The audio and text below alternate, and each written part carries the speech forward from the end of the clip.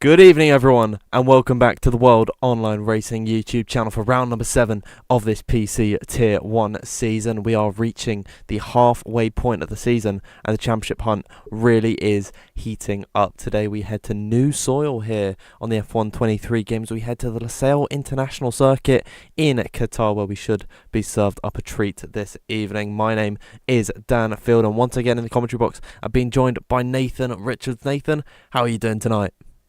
Good evening. Yeah, I'm doing great, thanks. It's great to be back here. Obviously, we've done Qatar many times. We have on this game, so it'll be yet again another great race. I know in PSG it was good, F1 and F2 and then the other tiers, so hopefully tonight we can have a repeat. Well, driving standards can be a bit iffy, so hopefully it's a bit clean around here today. But yeah, it should be a great race, great track. The times are always close around here, so I expect a very decent qualifying as well. And I expect to see a few names probably out in Q1 and Q2. That shouldn't really be. Yeah, it should be really exciting to see. Of course, a new circuit on the F1 23 game. I think drivers are still getting to grips with this track, and that could leave some sort of unpredictable race results. But one name that is very familiar at the top of the order is Nicolas Longuet, who took victory last time out in the Belgian Grand Prix, making it 6 wins in WOR, equaling Jarno Opmeer and Lucas Blakely. They finished second and third position. Wilson Hughes finished in fourth, and then Otis Lawrence ended up in fifth. A good day for Veloce at the office. And then Jed Norgrove in P6, P7 for Tomac Peragis. Luke Smith is 8th, 9th is Ben Chabacogny. Then rounding out the top 10 is Philip Prejnader. We'll see how this affects the championship standings. Nicolas Longuet capturing this win allows for him to enter the championship hunt, sitting just 26 points back from Jarno Opmeer. He is leading the way on 86, with Lucas Blakely in behind on 83. Otis Lawrence sits third on 73. Nicolas Longuet in fourth with that win puts his tally to 60, and then a big gap to the rest of the field. Peter Stahelet on 30, the same as Fabrizio Donoso in 6th position. Danny Moreno is 7th on 27. The same goes for Tomac Peragis. Alvaro Caraton in 9th position on 24. And then rounding at the top 10 is Alfie Butcher. So even though it is looking very close at the top of the order, Nathan, it is seeming like a 4-horse race in this championship fight. Yeah, it definitely is. And I think any of these four could take it away. I think it's still too early to call who can take it. Obviously Nicholas has been bouncing back in these last few races. Jarno and Lucas always near the top. Obviously Lucas, I think, has missed a couple of races here and there as well. So maybe if he was here for every race, he could be a lot further up. And Otis, he's been quick, but he's had a lot of incidents this season, which has dropped him down a few positions. I believe last week he took a penalty. Obviously Mexico, he took a penalty. So that's 2 races where he would have been in the top 3. Taking penalty, dropping him down to, I believe it was 6th out the points in Mexico, and then he believed he was 6th in Belgium. So yeah, not what he would have wanted, but still he's obviously got the pace to win it, so it's going to be very close between those 4. Yeah, absolutely, and we'll see all 4 of those drivers on the grid this evening. In the Red Bull, it is Jed Norgrove and Josh Idowu. Ferrari's the familiar lineup of Tomac Peragis and Nicolas Longuet. Jarno Opmeer in the Mercedes as usual, alongside Valentin Bruffaert. I'm very excited to see that pairing in the Mercedes.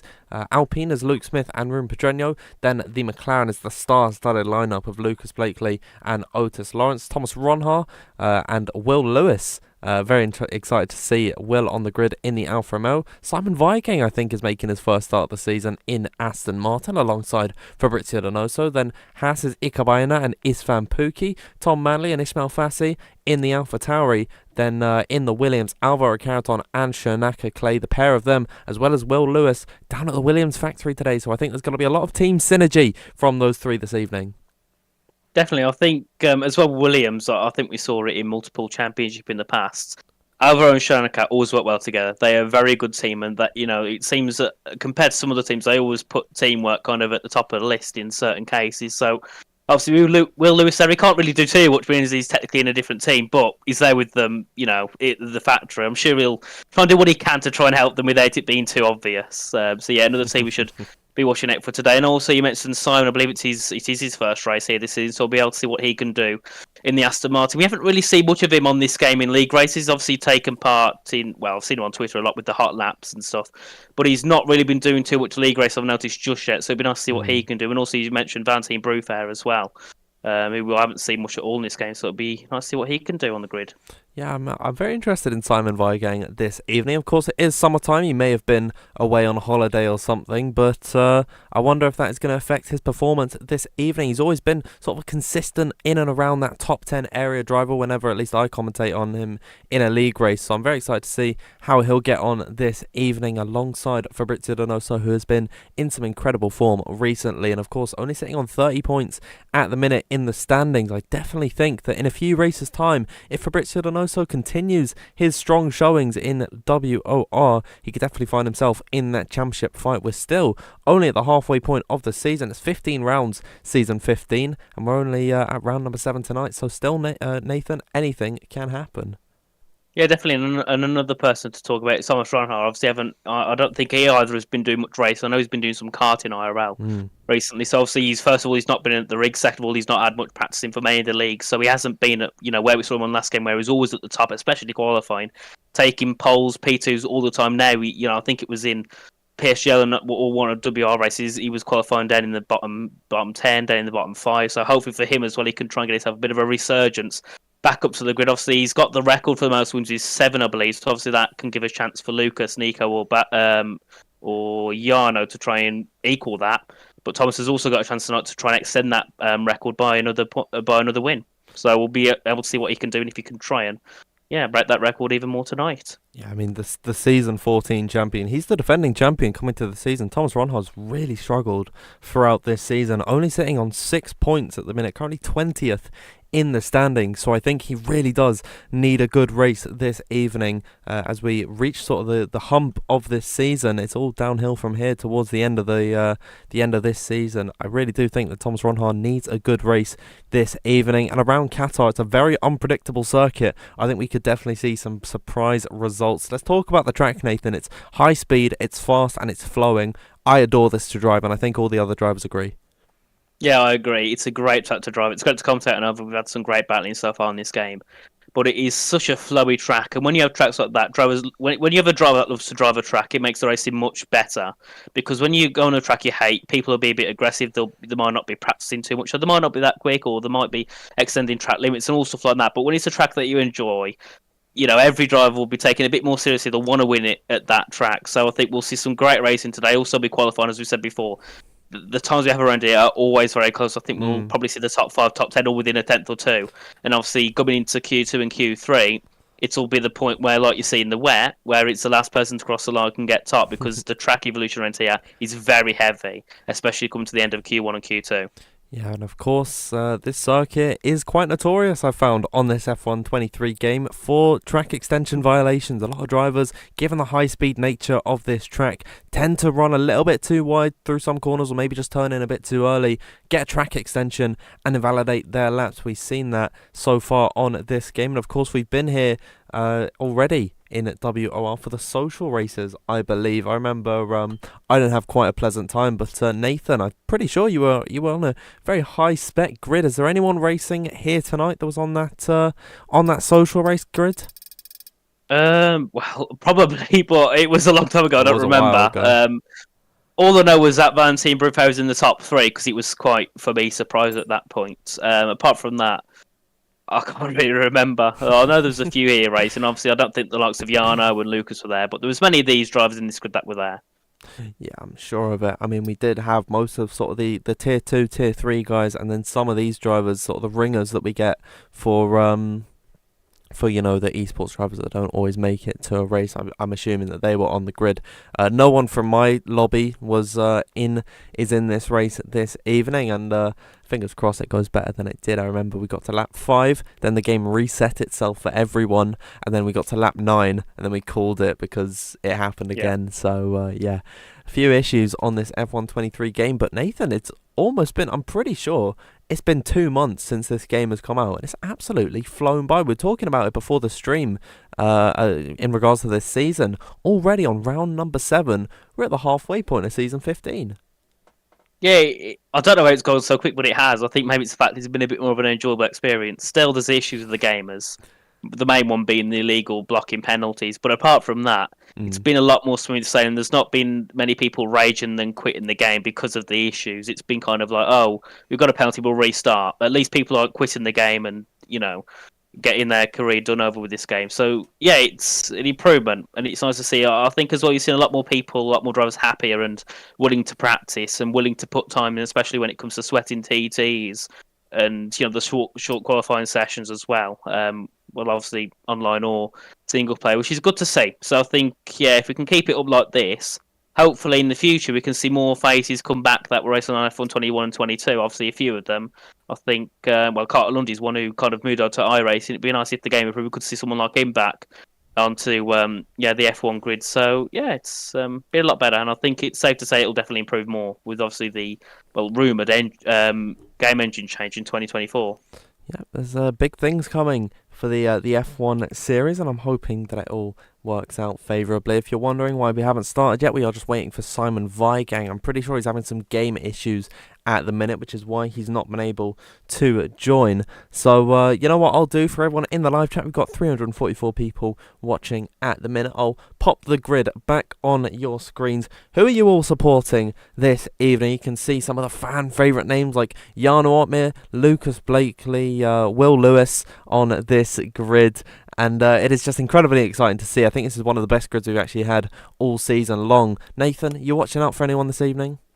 Yeah, I think, everyone's always watching out for lots of Jarno and Lucas, at the top of the championship, and Nico as well. But I do like to keep an eye on some of the drivers that are coming up quite recently. So the likes of Istvan Pukki, Ika Bayeno and Ishmael Fassi, who have all come up to this kind of grid. Well, I don't know about Ika, but I know with Ishmael and Istvan, they was kind of in the second grid in the last game. They've moved themselves up near the end of the last game onto this game.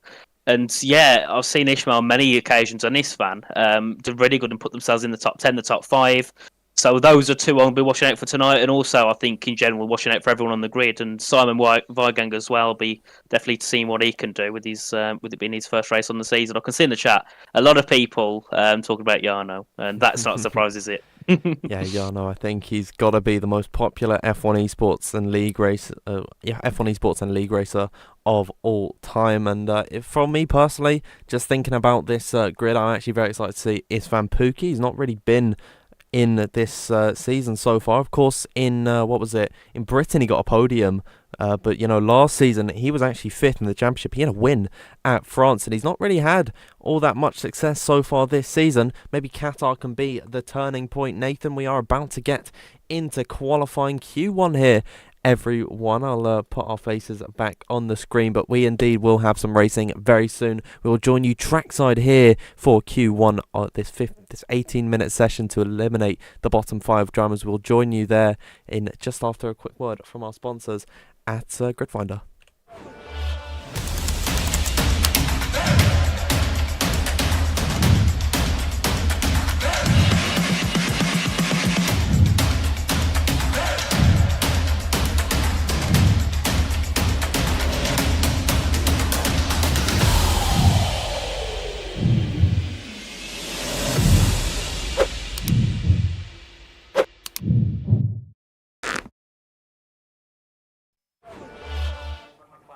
Welcome back, everyone. Trackside here in Qatar, where we are underneath the floodlights of this beautiful circuit. It is pitch black here in the desert. Should make for a very exciting night qualifying. There's always a different vibe that you get with watching an F1 car go around in the dark. Very exciting stuff, Nathan.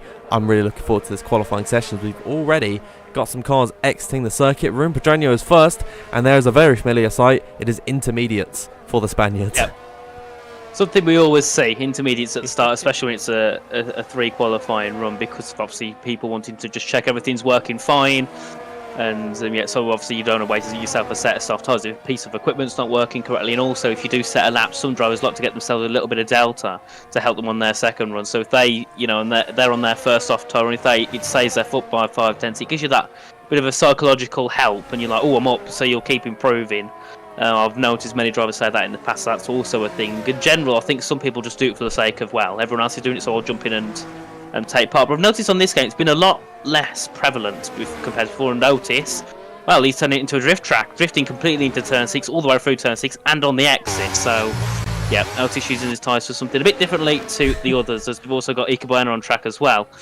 In the Haas, who's also another driver I'm going to be keeping an eye out for as well. Obviously, because works his way up very quickly. He's a very quick driver. I believe he's one of the other Spaniards on the grid as well.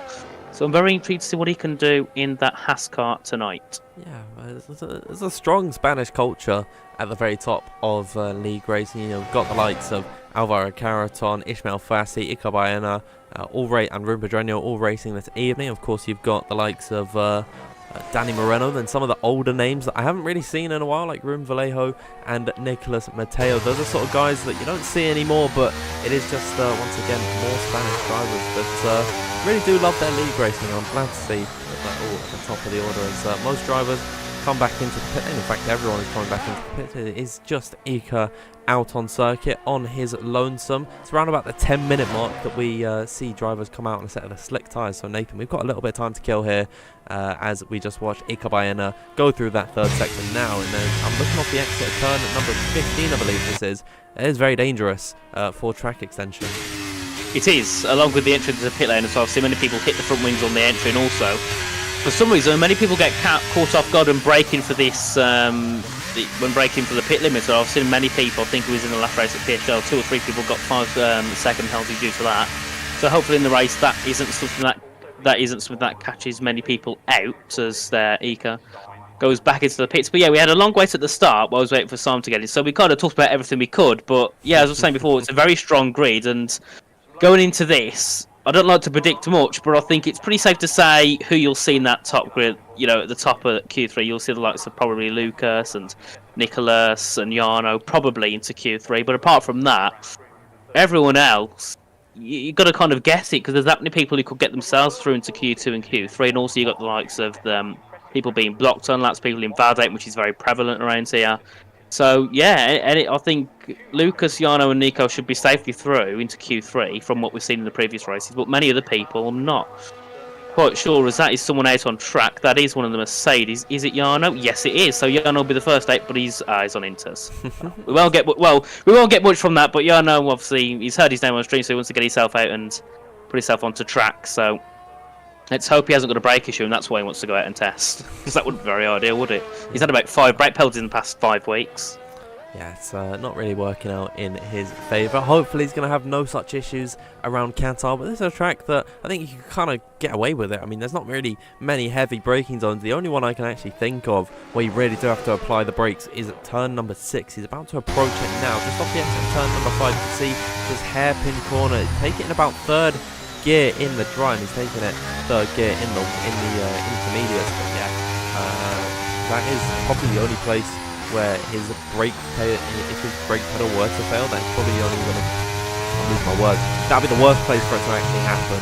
So fingers crossed for Jarno Opmeer that he doesn't have any issues this evening, but it looks all solid from my point of view at least. We've just got under 13 minutes left to go. Still a little bit away from seeing more drivers come out on track. So I think now is a good time to talk to everyone in the live chat who is watching at the moment. Let us know who you are supporting this evening. I'll read out some of your names in just a moment's time. We've got 633 people watching as Jarno Opmeer comes back into the pit lane. I think the Jarno effect is in full swing, because I think we've just gone up 90 viewers from having him on our screens. Well, that is something Jarno always manages to do. Is there we go, going for a bit of a burn into the pits. But yeah, Jarno always makes it so we get more views, which is great to see. And well, I believe a lot of his fans are coming in here to probably try and do a bit of sniping for him to see what other people are doing, and yeah, jump into his chat and say, oh, so-and-so's on this ERS, or so-and-so's improving, so they can help him a little bit in his race, which is always good for Jarno. Well, we don't, but you know, if you look at the wheel, sometimes you can just about see the ERS level if you look properly. Yeah, well, I've got my camera angle set, so you just can't see it unless the wheel's turning. I mean, I'm actually using Jarno Opmeer's camera settings, so if anyone is interested in them, you can go on Jarno and watch his thing. I don't know, but yeah. We'll see how this session pans out. We've just got 11.5 minutes left to go. I can see a lot of love for Jarno in the live chat. We've got Adrian showing his love for Nicolas Longue. Same goes for Yanka. He's actually supporting both. Well, they're supporting Nicolas Longue and Jarno Opmeer. We've got. I'm sorry for not being able to pronounce this name. I don't know. I don't know how to say that name, but he says Jarno is the GOAT. Lucas HD says Jarno. A lot of love for Jarno Opmeer once again. Yeah, I think the most popular driver by far, Jarno Opmeer, but I'm glad to see there's some support for Nicholas Longe because you know what, he's a very humble guy, and I really do enjoy having him on the WOR grid. Yeah, definitely. Well, for the past year and a half that I've watched esports, I think sometimes Nico doesn't get the love he deserves. I've seen a lot of people obviously hope over Jarno and Lucas, which is deservedly, and obviously Thomas last year. But Nico, he sometimes he's a bit of an outlier. You don't see him, get as much love as I think he should get. So if you can try and get himself, well, in esports last season he was sixth. If you can get himself into the top 5, top 4, maybe he gets some more fans, which is nice. And yeah, I think he deserves it. As now we have Lucas coming out to track, and I lost complete track of what I was saying, so I just started waffling on.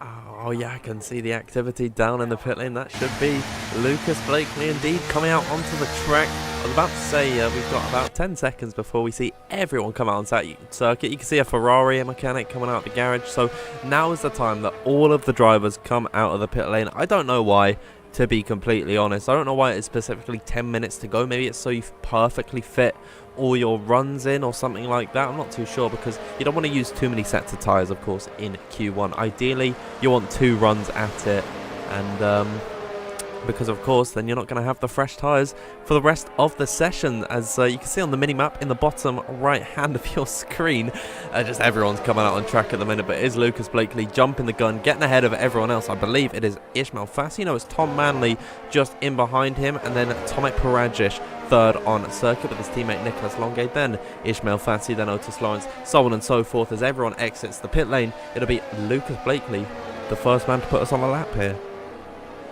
Yeah, definitely. Well, now everyone's out. Let's hope we don't get any penalties. I think we've got 3 qualifying runs. When I was on with Chris last week at Belgium, we didn't get one until I think the final run of qualifying, which was for Lucas Blakely. Then he got another one straight after. So we went 2.5 qualifying sessions without one. Today, with everyone being so close together, I could expect it probably in the first part of qualifying, because you can see there's people going side by side as we head through in towards the end of this first sector, in towards the second sector. I'm watching Shinaka collect the moment with his teammate sitting right behind them, one of the Red Bulls sitting just ahead as we come through into turn 6. And I think turn 6 is probably the most difficult part of the track to get right. It's very easy for people to lock up, and also I've seen a lot of people drift through there, and sometimes if you don't get that quite correctly, you can either spin the car around or get a very bad exit and invalidate the lap time, which around here is quite common, especially going down in towards turn 15, turn 16. Sometimes I've seen people go a little bit wide down that triple flat section where I think it's Nico's at the moment, or his teammate. No, where Tomasz is at that flat out section. Then the final corner as well. Sometimes go a little bit too wide on the exit, and then other people have gone a little bit too quick on the throttle and have spun it. That's happened to quite a few people actually. As Tomek comes through the final corner to begin the first representable lap time of the session and the first timed lap of the session. Very excited to see how this session gets on. Tomek Paradzic, 5 wins here in WOR. He currently sits 5th in all-time wins on the PC platform, just behind Lucas Blakely, Jarno Opmeer, Nicholas Longe, and then Thomas Ronhaar, who has 7. At the moment, though, we're watching the steaming Scot, Lucas Blakely, in a championship hunt as he heads down in towards turn number 1. He's going to want a good race this weekend so he can get himself ahead of Jarno Opmeer as he hits turn number 1 with maximum aggression. Drift over to the right-hand side and then cut back towards the left.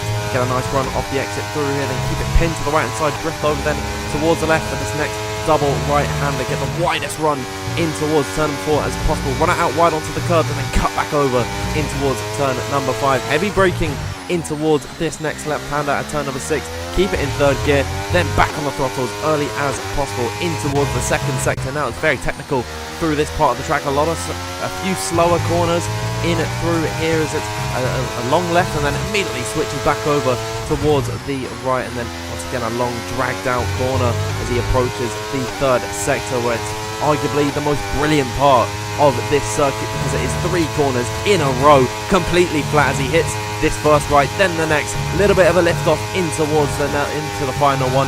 Little dabble onto the curb for Lucas Blakely. It's not the cleanest run for him so far, but he's going incredibly fast through turn number 15. Tomek Paradzic comes across the line, 20.3. He has got, I believe, Tom Manley just in behind him on circuit. We'll see what he can do. I believe he's invalidated. Here comes Lucas Blakely, though, towards the line. What can the McLaren do at the moment? A 20.190 to start us off this session.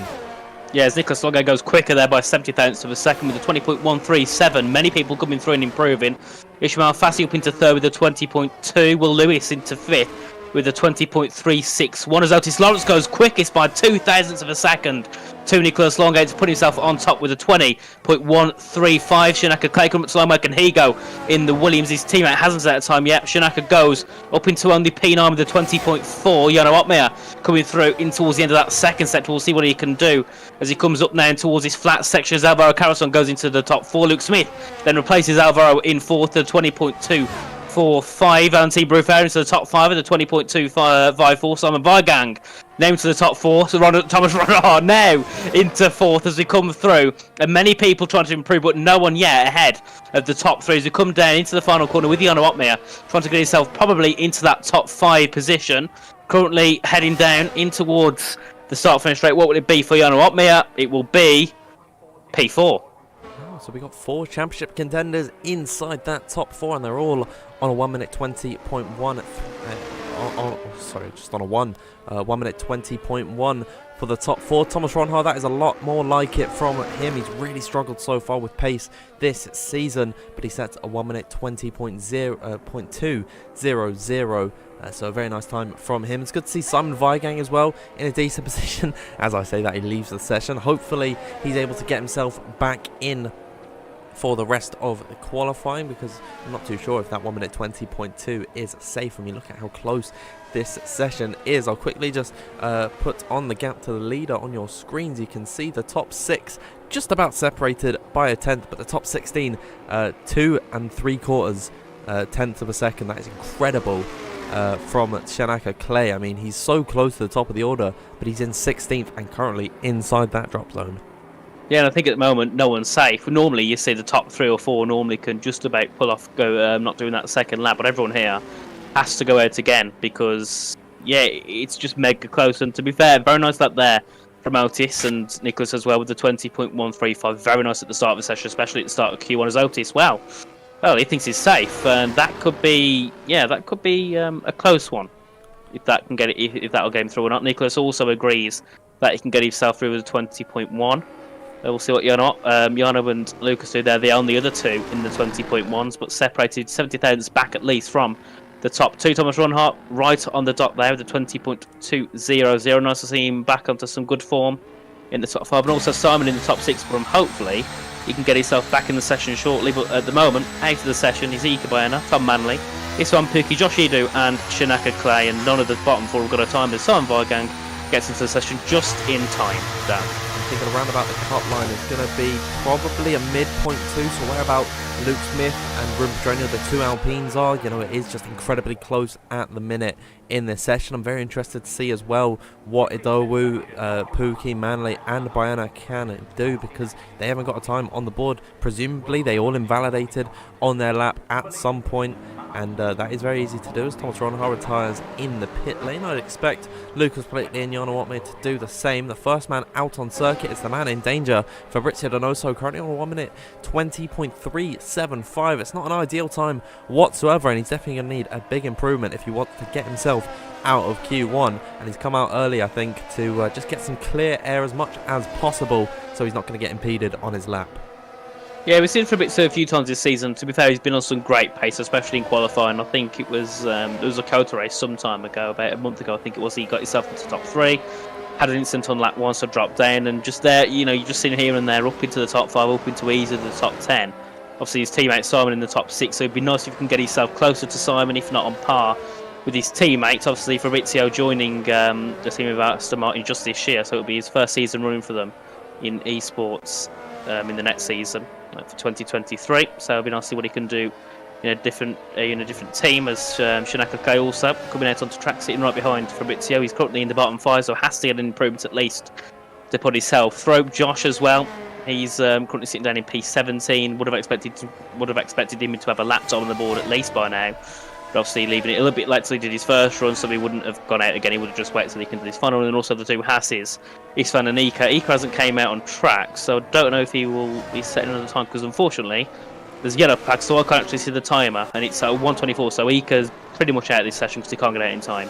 Again, regardless, he's still on the intermediate tyres, so I'm not too sure what Ika was planning. I don't even know if he actually came out on circuit at all for a lap time, so I think that is one name we could definitely cross off our list. But Fabrizio Donoso in a spot of bother at the moment. We'll see what he can do as he approaches turn number 1. He's been really quick on this new F1 23 game, and of course, if you remember a few weeks ago in Brazil, he was second, only beaten out by Lucas Blakely in that hellacious finish right towards the line. We'll see if we can see anything like that in Qatar as he heads down in towards the end of this first sector. The double right-hander at turn number 4 and 5. We'll see his improvement. He's down by about 500ths of a second. It's looking good so far for Fabrizio Donoso. We'll see if he's able to find an improvement as he hits the second and third sector. Misses apex ever so slightly in through turn number 7, but nevertheless he'll continue his run in towards sector 2, drift over to the right side, immediately cut back over towards the left and get this long run. Gets a little bit squeamish on the curbs, and Fabrizio Donoso is looking a little bit finicky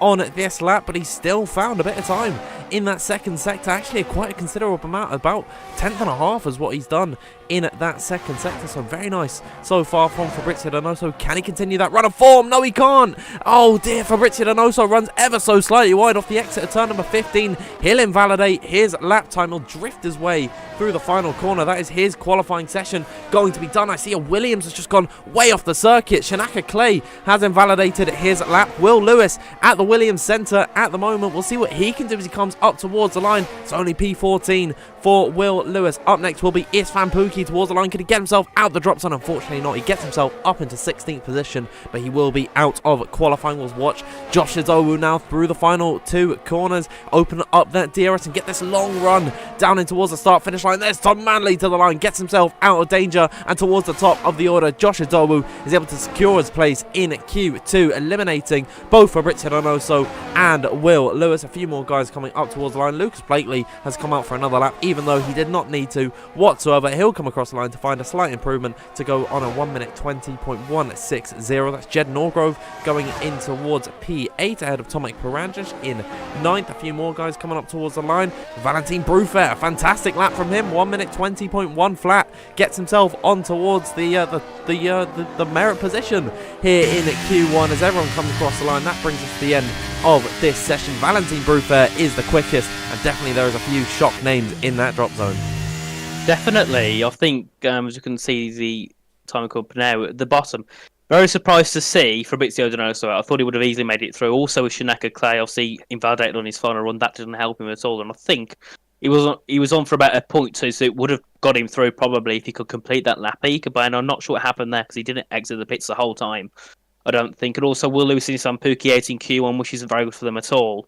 So they've got a lot of work to do in the second part of the session. But also Ismail Fassi barely got it. Well, we say barely, but he was through by a 10th, but still very close to that cut-off. And, well, everyone in that top 10 separated by less than a 10th of a second. That is mental. I mean, from first down to 10th is 99 thousandths of a second. That is incredibly close in this session. That brings us to the end then of Q1. Big names out of that session. Shanaka Clay and Fabrizio Donoso amongst them. And that is really disappointing for them. Will Lewis, Ikabayana and Istvan Pukki also all eliminated. But the big two, Shanaka and Fabrizio. Fabrizio looks so quick on his lap, and his improvement would have got him out of the session, I think. But unfortunately, he just fell at the final hurdle, invalidated his lap time. And that's the end of his run in qualifying. He's got a lot of work to do around a circuit, Nathan, which is quite difficult to overtake on. Definitely. You're starting down in the bottom 5, you've got to struggle heavily, because I think many drivers have said it's very difficult, especially when you're in the bottom 5, to get yourself through the field. The main thing you've got to do at that point is have a strategy that works. Obviously, now we know that strategy in this game work a bit better. You can try something different, and it can still work. In the last game, it was harder, medium, maybe medium harder, and that was it. Now, you can put the softs into a race. You can try going longer or shorter on the mediums and the hards to make the strategy a little bit better for you to get yourself through the field. So, hopefully, if you can see some strategic masterclasses down at the bottom, we could see some of those get some points, and also with the fate of others near the top who drop down, maybe have some instants, we could also see them rise through that. But going into this Q2 session, I think it's going to be very close at the end, because we saw at the end of Q1 it was less than a 10th really, separating the top 10. I think the top 13 was separated by just over a 10th and a half. Meaning that is going to be a close cut-off when it comes to the end of this session. Obviously, to get through to Q3, you need to be in the top 10.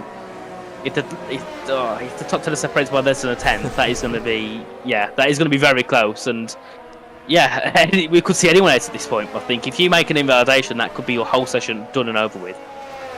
You said at the beginning of this session, or just before qualifying actually started, that qualifying can be insanely close around this track, and I wasn't expecting it to be the top 10 drivers within a tenth of each other. That is just unheard of. I actually don't think I've ever commentated a WOR race where they've been all of them that close along one single lap. It's just incredible to see, as everyone is out on circuit at the minute. Well, most drivers are. Josh Hidowu, Tom Manley, Otis Lawrence, Jed Norgrove and Lucas Blakely all deciding to stay in the pit lane. The rest of the drivers out on track at the moment. Ismail Fassi, the first man to come across the line. Nathan, this is most likely going to be on a used set of the tyres. This is just to get a bank of time in this session. Give yourself as well a little bit of a psychological advantage when you go for your second run. You know, you just have that green delta. It gives you the confidence to push that a little bit harder and find all the improvement you can. Ismail Fassi already, though, in turn number 3 invalidates his lap time. Yeah, along with Alvaro Caraton as well. Nicholas Longa, he's made it through turn 3 this time, and he does hit the lap as he heads down now in towards these double right hands at turns 4 and 5. Normally people will turn the hot lap mode off here just so you have a bit of battery left at the end of the run to use, otherwise you'll run out before the line. As he heads now down in towards the hairpin at turn 6, very difficult corner down to third gear, back on about nice and early 4. Nicholas Longa riding out wide on the exit so you can get some perfect traction on the exit of the corner. Then you come down towards turn 7. Want to normally go for a bit of a late apex beat slide there for Nico. Obviously, probably on some used set of tyres, so you will have a bit less grip to use with your car. As you come down now in towards turn 10. Miss of the apex there for Nicholas, goes wide. That is his lap done. Very scruffy there for Nicholas on his first lap. Thomas Ronhar is coming through now in towards turns 9 and 10, currently braking just after that white line, and you turn into turn 10, then ride it wide on the exit through turn 11. Then you come into the flat out section of turns 12 through to 14. Literally flat out the whole way. You don't have to lift at all. In a race you do, but in qualifying you do not. Unless obviously you go a little bit wide. As he comes through there, you can see completely flat. Then in towards turn 15, bit of a kink to the left. You want to shift into 6, keep it flat through there. Try not to bounce over. And Thomas, he invalidates. That is, yeah.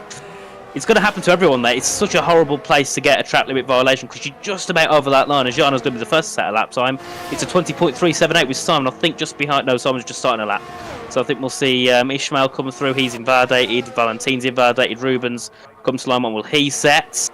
20.4. So only 3 people set a lap time there, Dan. So that is quite poor for many drivers, isn't it? Yeah, slightly used tyres. It's going to be a little bit more tricky to get the lap absolutely perfect. I also don't think drivers really cared about getting the lap, you know, perfectly valid, because they're on a scrub set of the tyres. They've used this set in Q1, and even then, just completing the lap, even if it is invalidated, you do get that delta time in the top right of your screen, so they are still going to be able to see that nice green shining box at the top of their screens and give them that little bit more confidence once the lap actually starts. But with just about 10 minutes left to go in this session, Jan Ortmir is the first man, he's the quickest man so far on a 20.3. Of course, that is not a competitive time whatsoever. That would have been eliminated in Q1. It would have been slightly slower than Shanaka Clay, who I think is starting in 17th, I want to say, maybe in 18th for this race. So yeah, these are not representative lap times whatsoever. But Nathan, once they come out on track on that fresh set of the tyres, the track evolution is going to play a massive effect around here. We are possibly going to see low point zeros, maybe, if we're lucky. Fingers crossed we get treated very nicely. We get a 19 in Q2. But yeah, that is just me, I think, being a little bit wishful in my thinking. You never know here in WOR. Yeah, well, I think in the second qualifying, I think a 0.9 is probably possible. It would be close, but I think it might be a 19.9. I don't think we'll see any higher than that in Q2. In Q3, we can see 0.7s and possibly with a peak lap of 0.6. But that is something Lucas did, and everyone was shocked when we saw him for that in PSGL a few days ago. So it would be nice if we can see that type of time, but I don't think we'll get anything close to that. So yeah, at the end of this session, 0.9. And the Q3 probably a 0.7 or 0.6, but at the moment obviously no one's going to get through with their times because a 0.3, 4 and 5 won't get you through at all. So yeah, everyone's coming out for their probably second laps, some for their first, like Tom Manley and Josh Udo didn't come out at the start of the session, so this will be their first opportunities to get a lap day. Many people did come out but didn't get a lap due to track limit violations, and obviously the likes of Jan, Ruben and Tomasz all set a lap time. But obviously on a used set of tyres, not pushing too much, just wanting to get themselves a time on the board. So just say everyone didn't, just say no one else set a time, they will get themselves through. But yeah, I don't think that's going to be possible at all, as Nicholas is Well, last time it was his teammate first on track. This time it's Nicholas who's going to be first out on track in the Ferrari, as he's currently sitting in P8. Has to set a lap time, of course, to get himself through. 8 minutes to go, so can afford to mess up on this next lap. But then going into the final part of the session, he'll be obviously on a brand new set of tyres. I think we'll see a lot more people, Dan, pushing than they did at the end of Q1, because now there's a lot more to play for in terms of how close the grid is going into Q3.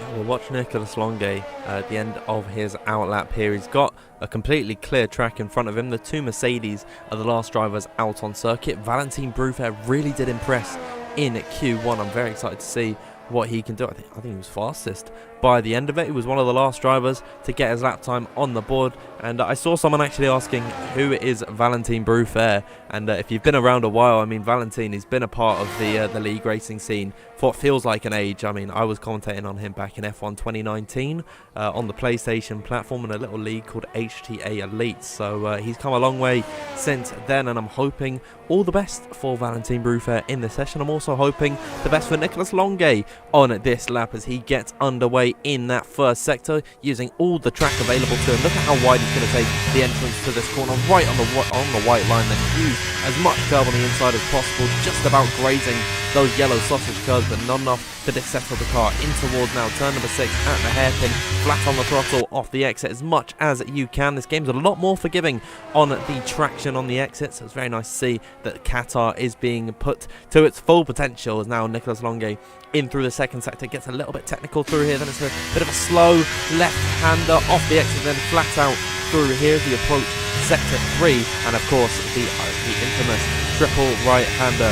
58.269 for Nicholas Longe as he approaches this final sector. We're riding on board with him, not a lift in sight for Nicholas Longe. That is incredible commitment as he shifts down ever so slightly in towards the next left-hander. New cars in the way, starting their laps, but no traffic for Nico as he hits the exit at the final corner with perfection, open up that DRS and get the long run down towards the start-finish line. We'll see what Nicholas Longe can do. Towards the line he comes, and there it is, a 1 minute 19.982 to open us off in Q2. A very nice time for Nicholas Longe. We'll see, Nathan, if Lucas Blakely can match that. Yeah, the championship leader coming down now in towards the up towards the line now to complete his first lap. What will it be? It's a 19.8, so he goes a tenth quicker than Nicholas Longe. What a lap as Otis Lawrence comes through. He going to third, just on the brink of that 19 with a 20.021. Jed Norgrove into the top 4 with a 0.082. Josh Edu into the 0.9s as well. Very nice lap from him. Luke Smith with a 20.003. Very close to that 19s, of course, as Tom Manley goes quickest with a 19.834.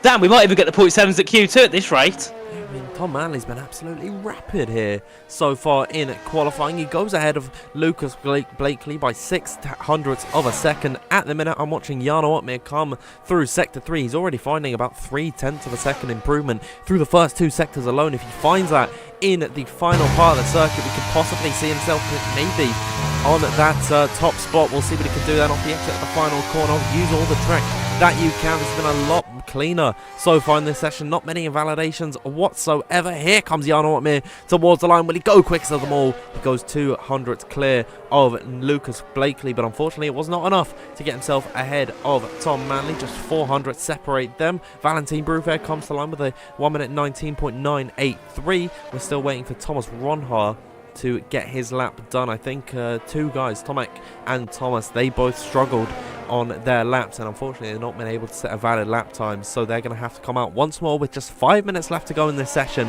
and get their lap on the board. But Nathan, once again, I'll put the gap to the leader up. You can just see this is an incredibly close session all throughout the grid. It is, and it's amazing. The top 12, the top 11 separated by just under 2/10, and Otis at one point was P3. He's now out of qualifying. That's how close it is, and that is how much risk you need to be taking on these final laps to get yourself through into Q3. Thomas invalidated on the final corner. He did a 52.8 in the middle set, so a decent lap time. But Thomas would have probably been to the top 10, but unfortunately that invalidation at turn 16 brought him out of it. I'm not too sure about Paragic. Obviously, it's evident he obviously cut the track, but I'm not sure where. And at the moment, out of the session is Ronhar, Paragic, Norgrove, Pedreño and Otis, and I think out of that, I'd say pretty much all of them are drivers that should be in that top 10, so it'd be very surprising if any of those go out. We'll see as we come towards the end of this session. I'm going to pose the question to everyone in the live chat. who is going to be topping this session and who is your surprise exit from this qualifying session. One name that is catching my eye at the minute in that bottom 5, Otis Lawrence, championship hopeful so far in WOR PC season 15, currently sitting what I think 3rd in the standings, just 10 points off the back, or was it 13? I'm not too sure if I remember. I think it's 13 points off the back of championship leader Jarno Uppbeat to be eliminated in Q2 at a track that it is quite difficult to overtake on. It's definitely going to be definitely not an ideal spot for him. Yeah, definitely. I think topping the session, I don't know. I'm going to go for a safe bet of maybe Lucas or Jarno. That's if they do set a lap. But I think if they don't, Otis will top it maybe. Because obviously he's down in the bottom 5 and needs to get a good lap on. He's actually going to be the first out on track. But out of the session, I'm not going to say anything. I can't curse anyone again. So I know whoever I will say, they will end up out. So I'm not going to risk it. I actually asked 2 questions at once, but I didn't actually ask people to specify. So we've got Koza in the live chat saying Nicholas. I'm wondering if that's to be on top of the session or if it's the surprise exit. So that's my apologies there. Let us know.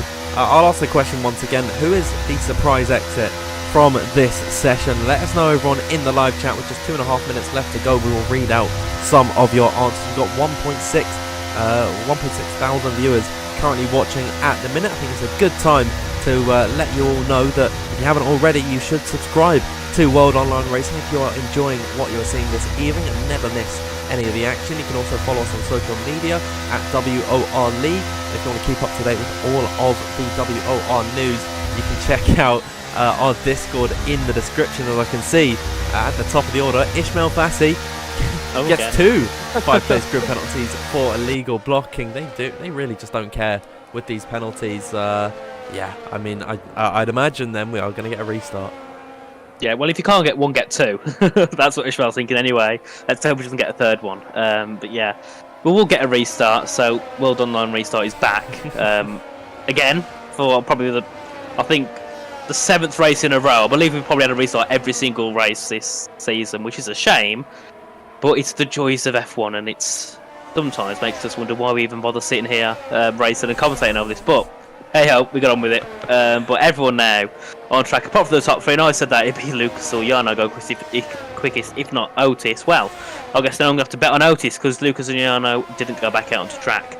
Everyone else obviously don't think they're safe enough because Lucas and Simon are separated by just over 60 thousandths of a second, so considerably that is a big gap from what we've seen so far in this qualifying. So yeah, any of these could end up out if they don't get a good lap, and you can see there just Josh to Alvaro, 3 positions, only 7 thousandths as now everyone comes through to start their flying laps for the final time this session. Yeah, we're watching Otis Lawrence approach the line, currently in that bottom 5 and could be eliminated from Q2, but he is not even 2/10 off the top spot at the minute. So that is just once again a showing of how close this WOR grid is. We can see if the young Welshman can find an improvement on his lap as he heads up towards turn number 4 and 5, use all the track on entry, cut in towards that inside line, then run it out wide, once again cut in for turn number 5, heavy braking in towards this next left-hander at turn number 6. He's up by only a 100th of a second. It's not a big improvement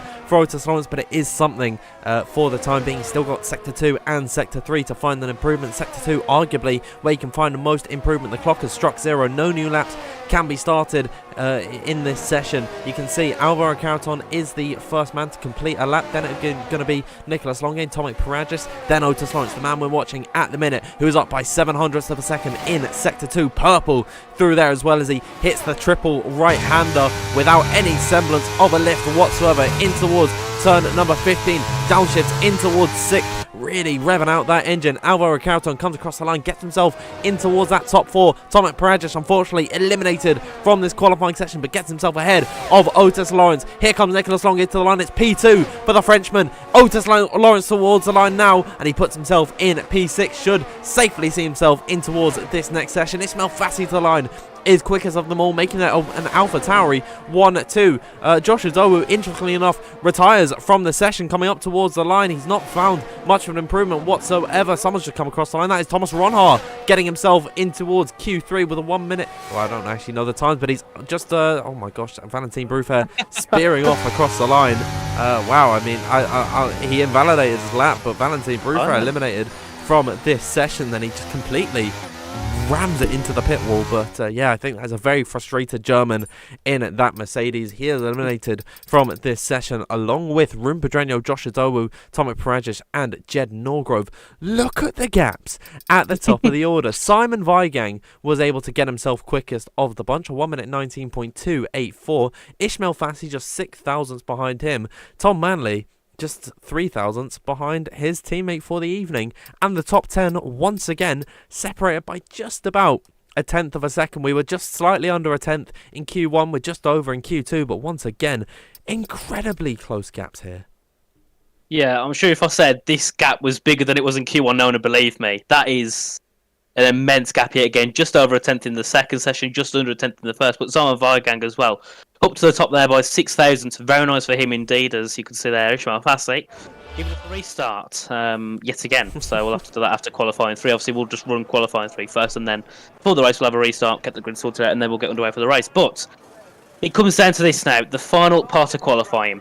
10 drivers, 12 minutes, 1 or 2 laps, and that is it, that you've got to get yourself on pole. And at the moment, anyone can do it. Let us know in the live chat who you think will take pole in this session. I'm going to go for a risk. I'm going to say Simon Weigang. He topped Q2. I'll say he can do it again in Q3. Well, I don't know. I'm not too sure about that one there because, of course, Simon Weigang has used up multiple sets of tyres in Q1 and Q2, I believe. So I'm a little bit less hopeful for his session. I know the likes of Jarno Ottmar and Lucas Blakely have got themselves into Q3 by just doing 2 runs, I think. I mean, my memory is very short-lived, but yeah, I'm pretty sure both of them only use 1 set of tyres. That's going to give them a confidence boost heading into this session as we await drivers out on circuit. But yeah, let us know, everyone in the live chat, who you think is going to be taking pole position. There should be a poll going up as well very soon, as I'll read out some of your answers. We've got Ace28 saying Lucas. We got Roshan Roy saying let Jarno cook. Goatmere pole I'm seeing. There's a lot of love for Jarno. Adrian shown as Nicholas Longe support once again. Nicholas Longe for pole. Dior RF supporting Tom Manley. That is a very nice prediction. I would love to see Tom Manley in a decent position. 1XF going with Thomas Ronhar for pole. He managed to get himself into Q3 and he was very close to being the top man in Q2. Could be a little bit of a dark horse prediction there. Thomas Ronhar really struggled throughout this season so far, but maybe, just maybe, Nathan, Qatar could be the turning point. Could be. I think it would be very good for his confidence if he could take a pole position or even a win here. I think that is something he kind of needs to get himself back onto that, that winning form that we saw in last game. He was absolutely unstoppable in last game, Thomas. I think, for me, I'd say arguably, along with Lucas, the best driver on last game by a long shot. He was a very good driver on this game.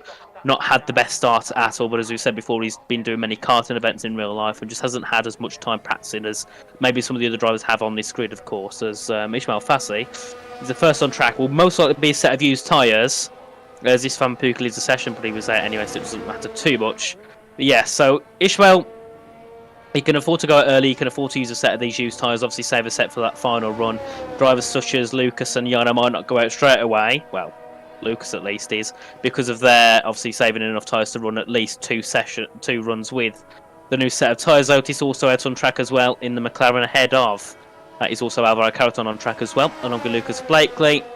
But yeah, I said Simon because I think it's nice to always support the underdog, or one of the underdogs at least going to see. It's his first appearance. I haven't seen him league race yet this game, so I want to support him for that fact. And also, I think he's just, well, generally a very nice person, so he deserves to get himself a good position in qualifying. Also going into the race, you take pole, you're going to be in a very good shot to win the race. As Nicholas Longo, also another one who deserves to get pole. He's coming down in towards turns 4 and 5. But Dan, did you say your prediction or not? Oh no, I actually forgot. I mean, I'm not too sure who I'm going to go with for pole position. You're right, it's nice to go for an underdog, but there are just 2 glaring options just looking at me at the minute. It's either Lucas Blakely or Jarno Ottmar. and I'm going to go with the Scot. I'll say Lucas Blakely is going to take pole position here, currently on his out lap. We can actually watch him as he comes through Sector 2. That Williams is too close for my liking. He could get another penalty there. I mean, it's only actually been Ismail Fassi so far this session. Can confirm, though, we are getting a restart for the beginning of the race. That'll give us a little bit more time after the session is over to talk about what we've seen in qualifying.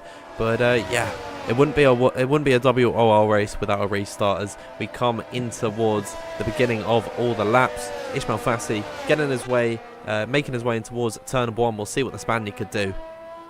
Yeah, as he comes down towards the end of this first sector, obviously on a set of used tyres, so we'll be a little bit less on grip. We'll struggle with traction and braking as well.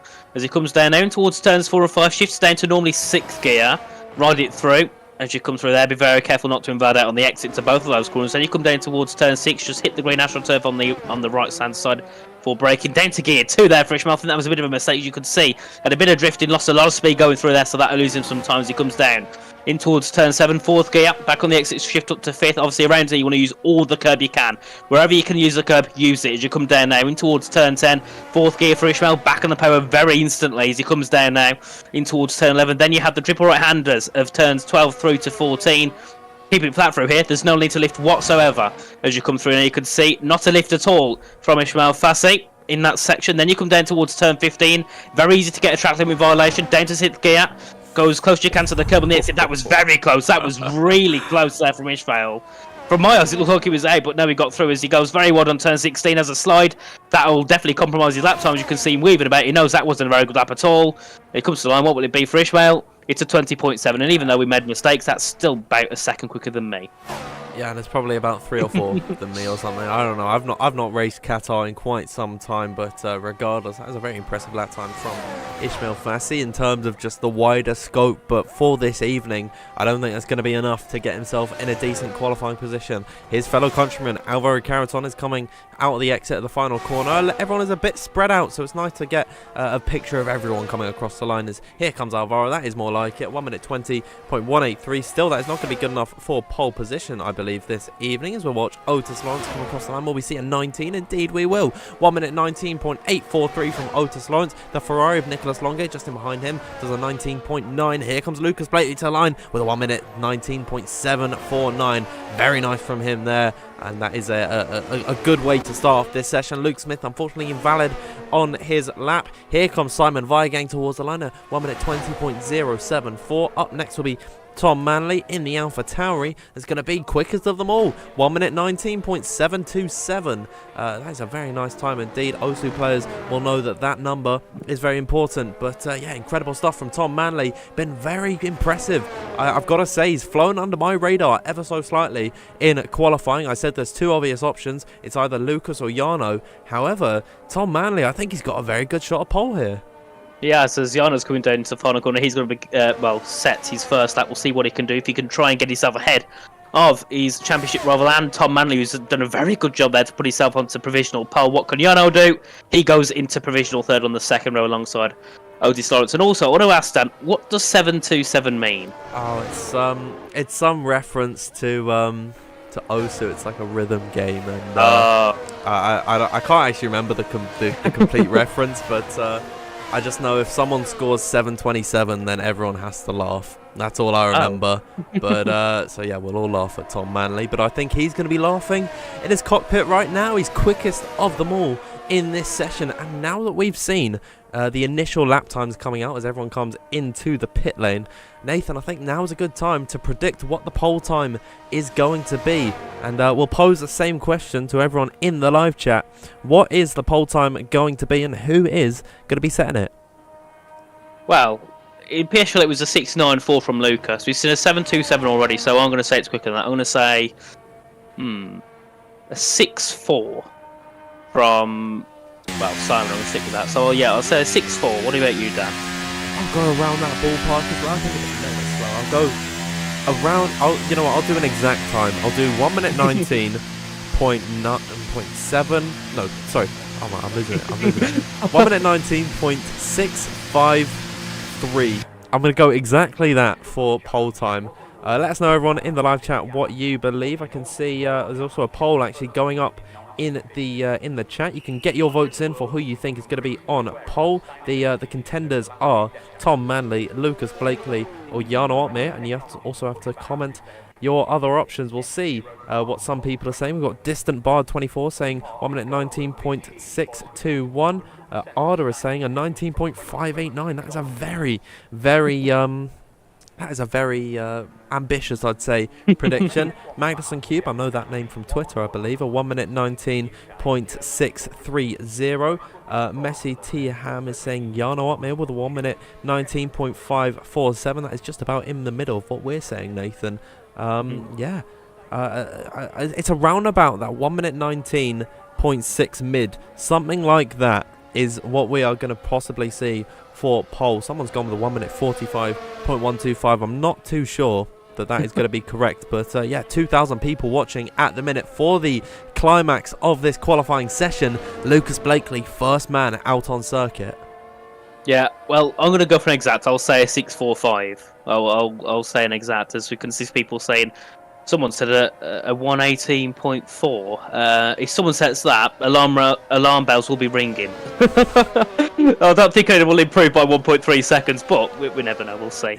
But yeah, Lucas is going to be the first on track to set his lap time in this session. Obviously, he'll be the first to should be the first to have a shot at taking pole position. He's took pole position many times. He's took victories many times. This is normal procedure for Lucas.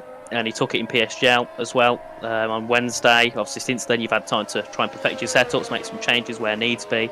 So we could see more improvements from there. But Tom Manley, that is a great lap. And I think even with the 727, that could still be top 5, possibly going into the end of this session.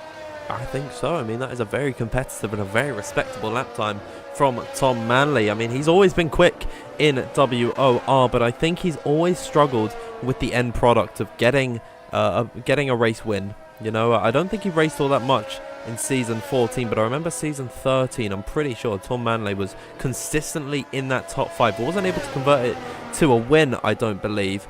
But he's always been in the upper echelon, and I'm very excited to see him in the end of this session. But we will watch Lucas Blakely currently hunting his 7th win in WOR on the PC platform, and he's only raced in the last 2 seasons. Of course, if you remember his sheer dominance at the beginning of last season, I think it was, he was in the championship fight.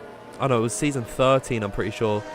He was in the championship fight right towards the end of the race, in towards the end of the season, but he only turned up for the first 5 Grand Prix. Lucas Blakely was absolutely dominant at the beginning of that season, and I'm wondering if he's looking to carry out some of that form in this session, approaching turn number 1, attacking the apex through there, running out wide once again. It's so characteristic around this circuit. You have to use all the track possible because it's so fast, so flowing, that you need to use all of it that you can. In towards turn number 4 and 5, where he's going to drift over towards the left and dart over in towards the right, really attacking all of these curves. He's got so much grip on the soft compound of tyre that you can go maximum attack throughout every single corner, and already he's up by 800ths of a second. Our times, Nathan, might be completely blown out of the water. We could indeed see a 1 minute 19.5 from Lucas Blakely if he continues this form in towards Sector 2, but how close are we to absolute perfection? We'll have to wait and see. In through turn number 10, I believe this is, running a little bit wide off the exit, and unfortunately having a snap of oversteer. The clock has struck 0, no new laps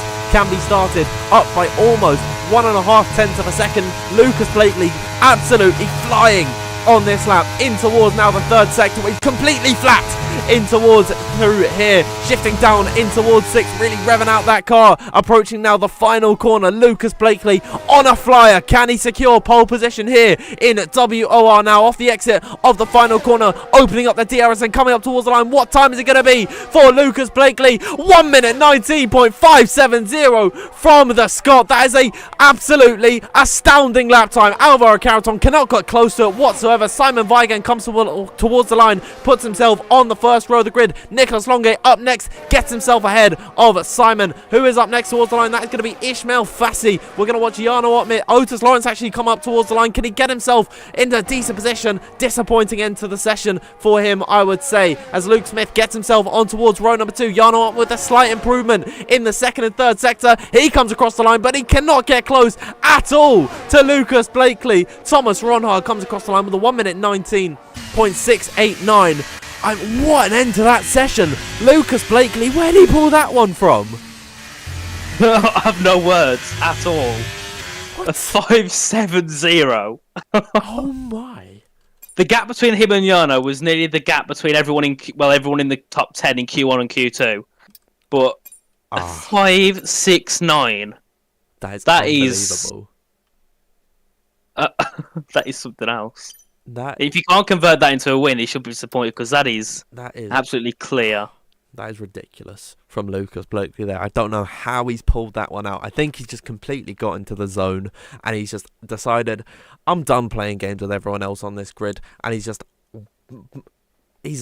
completely smashed it. That was incredible from him. He starts alongside Jarno Opmeer on the front row of the grid. Thomas Ronhaar, very nice qualifying from him in P3 alongside Nicholas Longe. Simon Weigang in 5th position, then Luke Smith in 6th, Ismail Fassi 7th, ahead of his teammate Tom Manley, who I gotta say has had a very disappointing end to this session. Alvaro Caraton in 8th, and Otis Lawrence really just couldn't convert it when he really needed to, and unfortunately it's P10 for Otis. But bringing us towards the end of that session, we are going to have a lobby restart. That gives a little bit more time to digest what has just happened. Lucas Blakely, that is out of this world. Right. I'm just looking through the sectors. The middle sector for Lucas was a .380. No one was close to that, apart from Tom Manley with a 420. Everyone else was in the 4 mids. That was an absolutely mega middle sector. A .38. That is something to be proud of as well. To be fair, his first and third sectors, they weren't far off many others. There was a .4 in that. Literally. That was... Yeah, mental. Absolutely mental. And that shows why he deserves to be at the top of esports. So obviously, going into this season in esports, he'll be defending that championship, which at the moment, no one seems like they're going to beat because he's been absolutely dominant. And every race he turns up, he's always in the top 3, every single time. Yeah, I mean, I'm still taking that one in because we were saying there's no way they're gonna get quicker than a midpoint 6. Lucas Blakely shuts us up completely. As you can hear, there's a start going on in the background. I'm just have to leave the session because that is not official. We do have a lobby restart coming in for some grid penalty issues. We were so close to not getting any because I believe it was only Ismail Fassi that got that grid penalty. So yeah, I mean.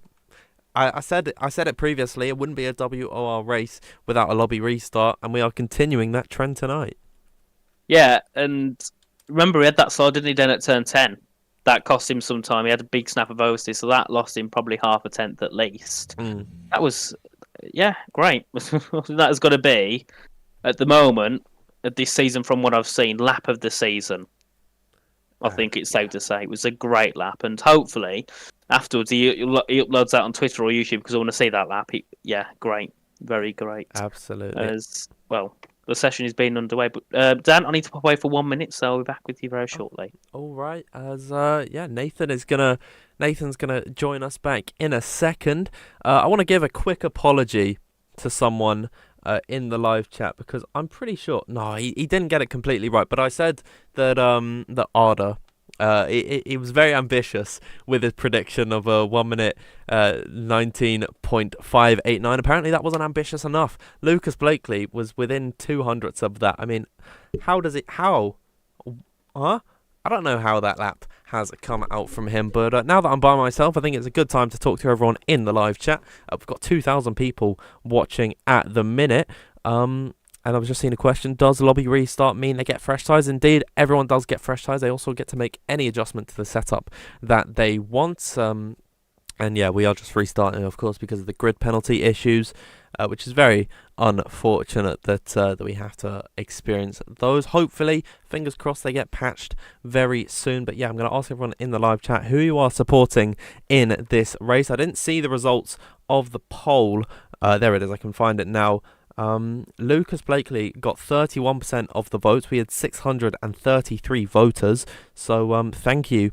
Not thank you, but really well done to that 31% of the that got that prediction right. That lap just blew me out of the water. And Jarno Opmeer, by any means, that was an incredible lap time from him. And he come up second best, and he was off by 0.08 of a second. So yeah, I'm still in a state of shock heading in towards this as Nathan is able to rejoin us here. I think the lobby might be up now. I'm just going to have a quick check, see if I can join. Is. Indeed it is. Yeah, I can join through Luke Smith there. And we shouldn't be too far from getting the race. No, well, hopefully not anyway. As we get ready, another restart as always, and well, it gives some drivers a bit of wind down time, especially Lucas. After that, needs a bit of time just to have a minute, have a breather before you go into the race. Yeah, because it's great. And, well, we have random weather. Let's just hope the game doesn't give us rain, because that would be quite funny, wouldn't it? The game apparently has got a bug where it gives you random weather without it being kind of, subjective to what it should be. I saw a race the other day. It wasn't PSRW or anything. It was another league, and they had rain at Bahrain. Yeah, I remember. I think on F1 22, I don't remember if it was PSGL or WR. I think it might have been PSGL, but we actually had a race at Saudi Arabia. Yes. In the intermediate condition. I'm pretty sure it was me and Jinder Andy. That's a throwback. Commentating on that race, and Jarno Opmeer just explode. That might have been on F1 2021 actually. It was that long ago. But Jarno Opmeer just completely exploded in that race. So I think if we get any rain here in Qatar, maybe Jarno Opmeer is going to come up ahead of Lucas Blakely. Before we head into the race, we're getting the grid sorted out. You can see the championship standings up on your screen. Jarno Opmeer currently leading the way on 86 points, but Lucas Blakely just behind him, really keeping him humble on 83. Otis Lawrence a little bit of a ways back, 13 points off the top step. Hello? What? Spectator. Oh, my bad. I actually said at the beginning of the I said before the stream started, I think, to Luke, I'm not gonna go inspect. I'm not gonna forget this time. I've done it again. But you know what? I'm gonna blame the restarts for all of that. I'll continue with the with the standings order. Apologies, everyone watching. Nicholas Longue is in 4th position on 60 points. Then a big drop off to Pete Stahlets on 30. Fabrizio Donoso starting in a pretty bad position this evening, eliminated in Q1. If he wants to improve on that 30-point tally, he's definitely going to have a sublime showing this evening. Danny Moreno in 7th on 27 points, the same as Tomek Paragis. And then Alvaro Caraton is in 9th on 24 points. And Alfie Butcher rounding out that top 10 on 22. But Nathan, we are just getting ready to get this race underway. The anticipation is building. I'm getting very excited. Well, between Lucas and Jarno, they're sitting 3 points ahead. Ahead of each other. Do you think that we'll see a change in the championship tonight? Well, we could. I mean, if it stays as they are, Lucas Blakely is going to be outscoring Jarno Opmeer by 7 points. So that should mean he's going to be 4 points ahead by the end of the race. But of course, this is league racing. Anything can happen and anything will happen. So I'm definitely not expecting it to stay Lucas Blakely, Jarno Opmeer. I don't know what it's going to be. Maybe Will Lewis is going to take victory in this race. Oh. Yeah, well, it'd be nice for someone else apart from the Lucas and Jarno and Nico as well as of recent to take a victory. Obviously, Thomas has got the record of 7, so it gives a chance tonight for Lucas, Nico, or Jarno to take that. Will equal that record of 7. If Ronald can go from, was it 3rd? Yeah, he's got qualified 3rd, didn't he? So if Ronald can, take a victory, he will extend that record to 8. And I believe there's also a couple of people that have got 4 or 5 wins, but I'm not. I haven't got all the information stored in my head, unfortunately, so I don't know who that is. But it's probably a couple of them on this grid. Some of them, obviously, Jake's not here tonight, but Jake's been around for at WR for about 6 or 7 seasons, or something like that. He's been around for a long time. He was the first PC champion. I'm pretty sure. Pretty sure back in season 11. It might have been. I think that was all the way back on F1 2020. I wasn't doing WOR. No, it was season 10. I'm pretty sure. Season 11, I forgot the champion. Season 12 was Nicholas Longue. Yeah, season 12, Nicholas Longue taking the championship. Then Jarno Opmeer, season 13. Thomas Ronhaar, season 14. Could it be Lucas Blakely or Otis Lawrence? Could we have a new champion here on the PC platform? I'm pretty sure we haven't had a repeat champion, but one of them does escape me. I think there's someone in between Jake and Nico. If someone can remind me in the live chat, that would be much appreciated.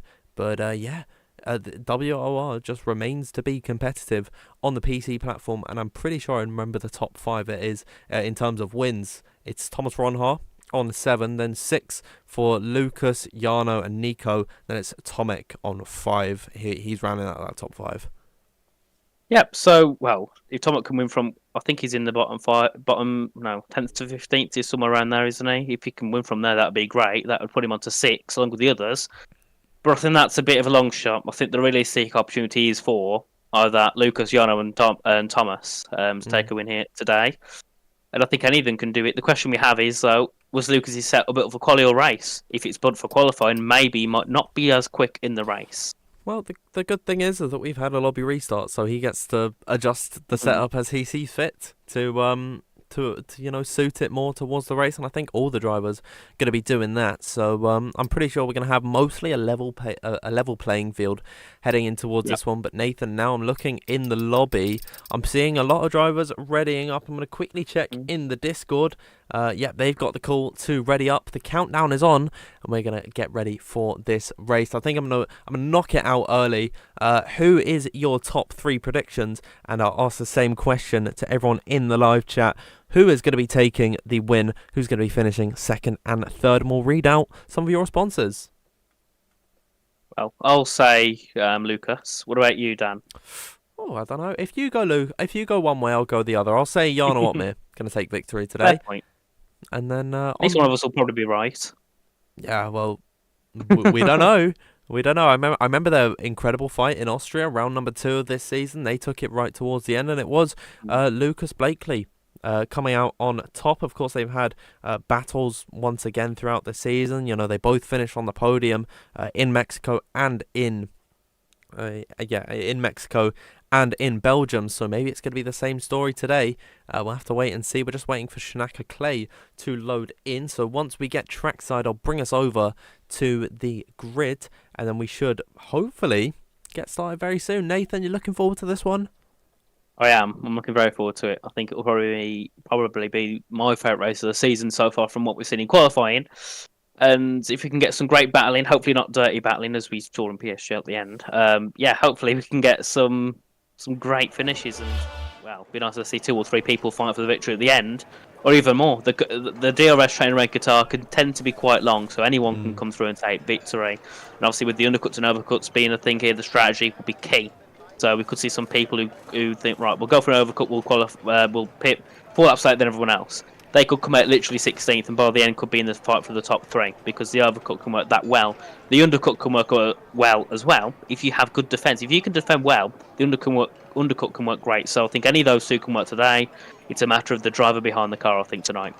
Yeah, I'm looking in the live chat, seeing everyone's predictions. I'm seeing a lot of love for Jarno Uppbeat, a lot of love for Lucas Blakely. A few names saying Nicholas Longe to take victory this evening. Some people saying Ronha has got a good chance as well. I mean, he's starting 3rd position. Seeing also a few shouts for Otis Lawrence to get a podium in this race. Starting P10, it's definitely going to be an uphill battle for him as we await the start of this race. 29 laps it is going to be here in Qatar. It should be a very exciting event, as here we are. We're getting the 5 red lights to begin this race, and we are underway to start off this Qatar Grand Prix. It looks to be a good getaway for Lucas Blakely, who is immediately going to be coming down towards the inside to cover off Jarno Uppbeat. He's going to be able to get ahead in towards the apex of the corner, but Jarno Uppbeat going to stick it around the outside. Can the Dutchman squeeze up the inside? No, he can't for the time being. Meanwhile, further back behind, Thomas Ronha looking to defend from Luke Smith, who briefly got ahead. We got yellow flags on the back. That's Fabrizio Donoso having a tough time at the beginning of this race. Thomas all over the back now of Nicholas Longe, but at the end of the first sector, Lucas Blakely's got a perfect start ahead of Jarno Uppbeat, and Nicholas Longe still running in 3rd. They remain as they are in the top 5. Yeah, so we've got a battle here between Simon Vargang and Otis Lawrence there. Otis just got up the inside, and then it'll be give the outside line for Simon around turn 7. Then up into turn 8, it's got Simon the inside line. Then it's back to the inside for Otis, but he's just a bit too far back, so can't get the move there in towards that corner. And now puts Simon into the top 7. Ron Hard back on the rear of Nicholas Longe, who got overtaken down at turn 1. And also we had Luke Smith a moment ago on the back of Ron Hard, but this time around he's a little bit further back. We're going to have a look at the tyres, and it is mediums for the top 2, mediums for Otis, and softs for Sampuki. Everyone else on the hard tyres. So strategy, it's not too diverse today, but the top 2 going to be trying to look to run away from Nicholas and Thomas, who are sitting 3rd and 4th. But so far, Nico's hanging on pretty well. Obviously, with these tyres, with their tyres being a lot more softer as Isfan Pookie there, having a bit of an overtake there. I believe that was on Jed Norgrove, as Josh Eden now being overtaken by Jed Norgrove, and Isfan looking for a move on Regenio as they head down in towards turn 1.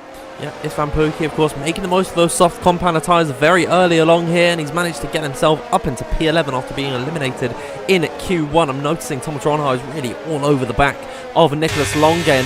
Off the exit of turn number 3, you can see coming out of the slipstream, maybe having a half look, but I also think he's just trying to cool the car ever so slightly. Very hot, very arid conditions here in Qatar. Further back behind, Ishmael Fassi looking for a move. There's Otis Lawrence going up the inside of Simon Weigang in turn number 6. Heavy braking through here. Who's got the better traction on the exit? It's going to be Simon Weigang with the inside for turn number 7. Otis Lawrence, though, using the momentum of the outside to try and stick it around the long way. Can he find this move? They're going to run wheel to wheel once again in the second sector. Already Simon Weigang has a time penalty, but when he got the penalty, it didn't even look like he went off circuit at all there. So very interesting stuff for Simon Weigang to pick up a penalty this early. Nevertheless, Otis Lawrence on his medium tyres is able to get himself up into P7.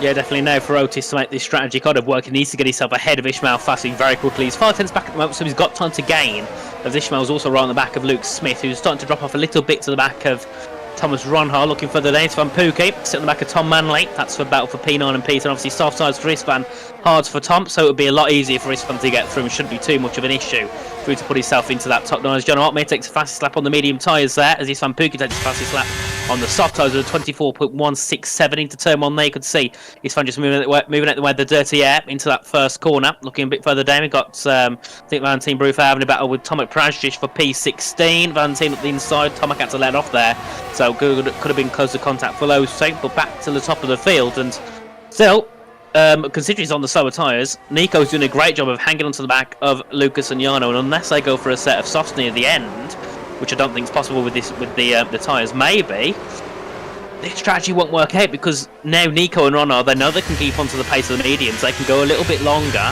hit onto a set of softs or mediums towards the end, and have a better tyre than Jarno and Lucas. So maybe this strategy for those two at the front isn't the strategy to go, because so far it doesn't look like the game much of an advantage over the hard runners. Have Lucas and Jarno choked it on the strategy? Otis Lawrence will be in a similar boat to them. They're going to have to pit a few laps earlier than the hard tyres. We'll have to wait and see. Only time will tell if that decision is good or if it is completely detrimental to their race. But nevertheless, we'll continue along on lap number 3. No DRS until the start-finish straight, heading on towards lap number 4. We'll see if anyone is brave enough to make a move up the inside. It's not a heavy braking zone in that first corner, so you really do have to be side by side in towards that braking zone. It's not even really a braking zone into the corner. You have to be side by side if you actually want to have any hope of making an overtake. Jarno Otmay, he's got the hope. He goes up the inside and makes a move stick on Lucas Blakeney, who I do not think was all that bothered. He wants to just let Jarno by, let him lead this race, then try and overtake him later on. But on lap number 4, it seems like the race is beginning to stabilise after a very intense first 2 laps of this Grand Prix. On lap number 4,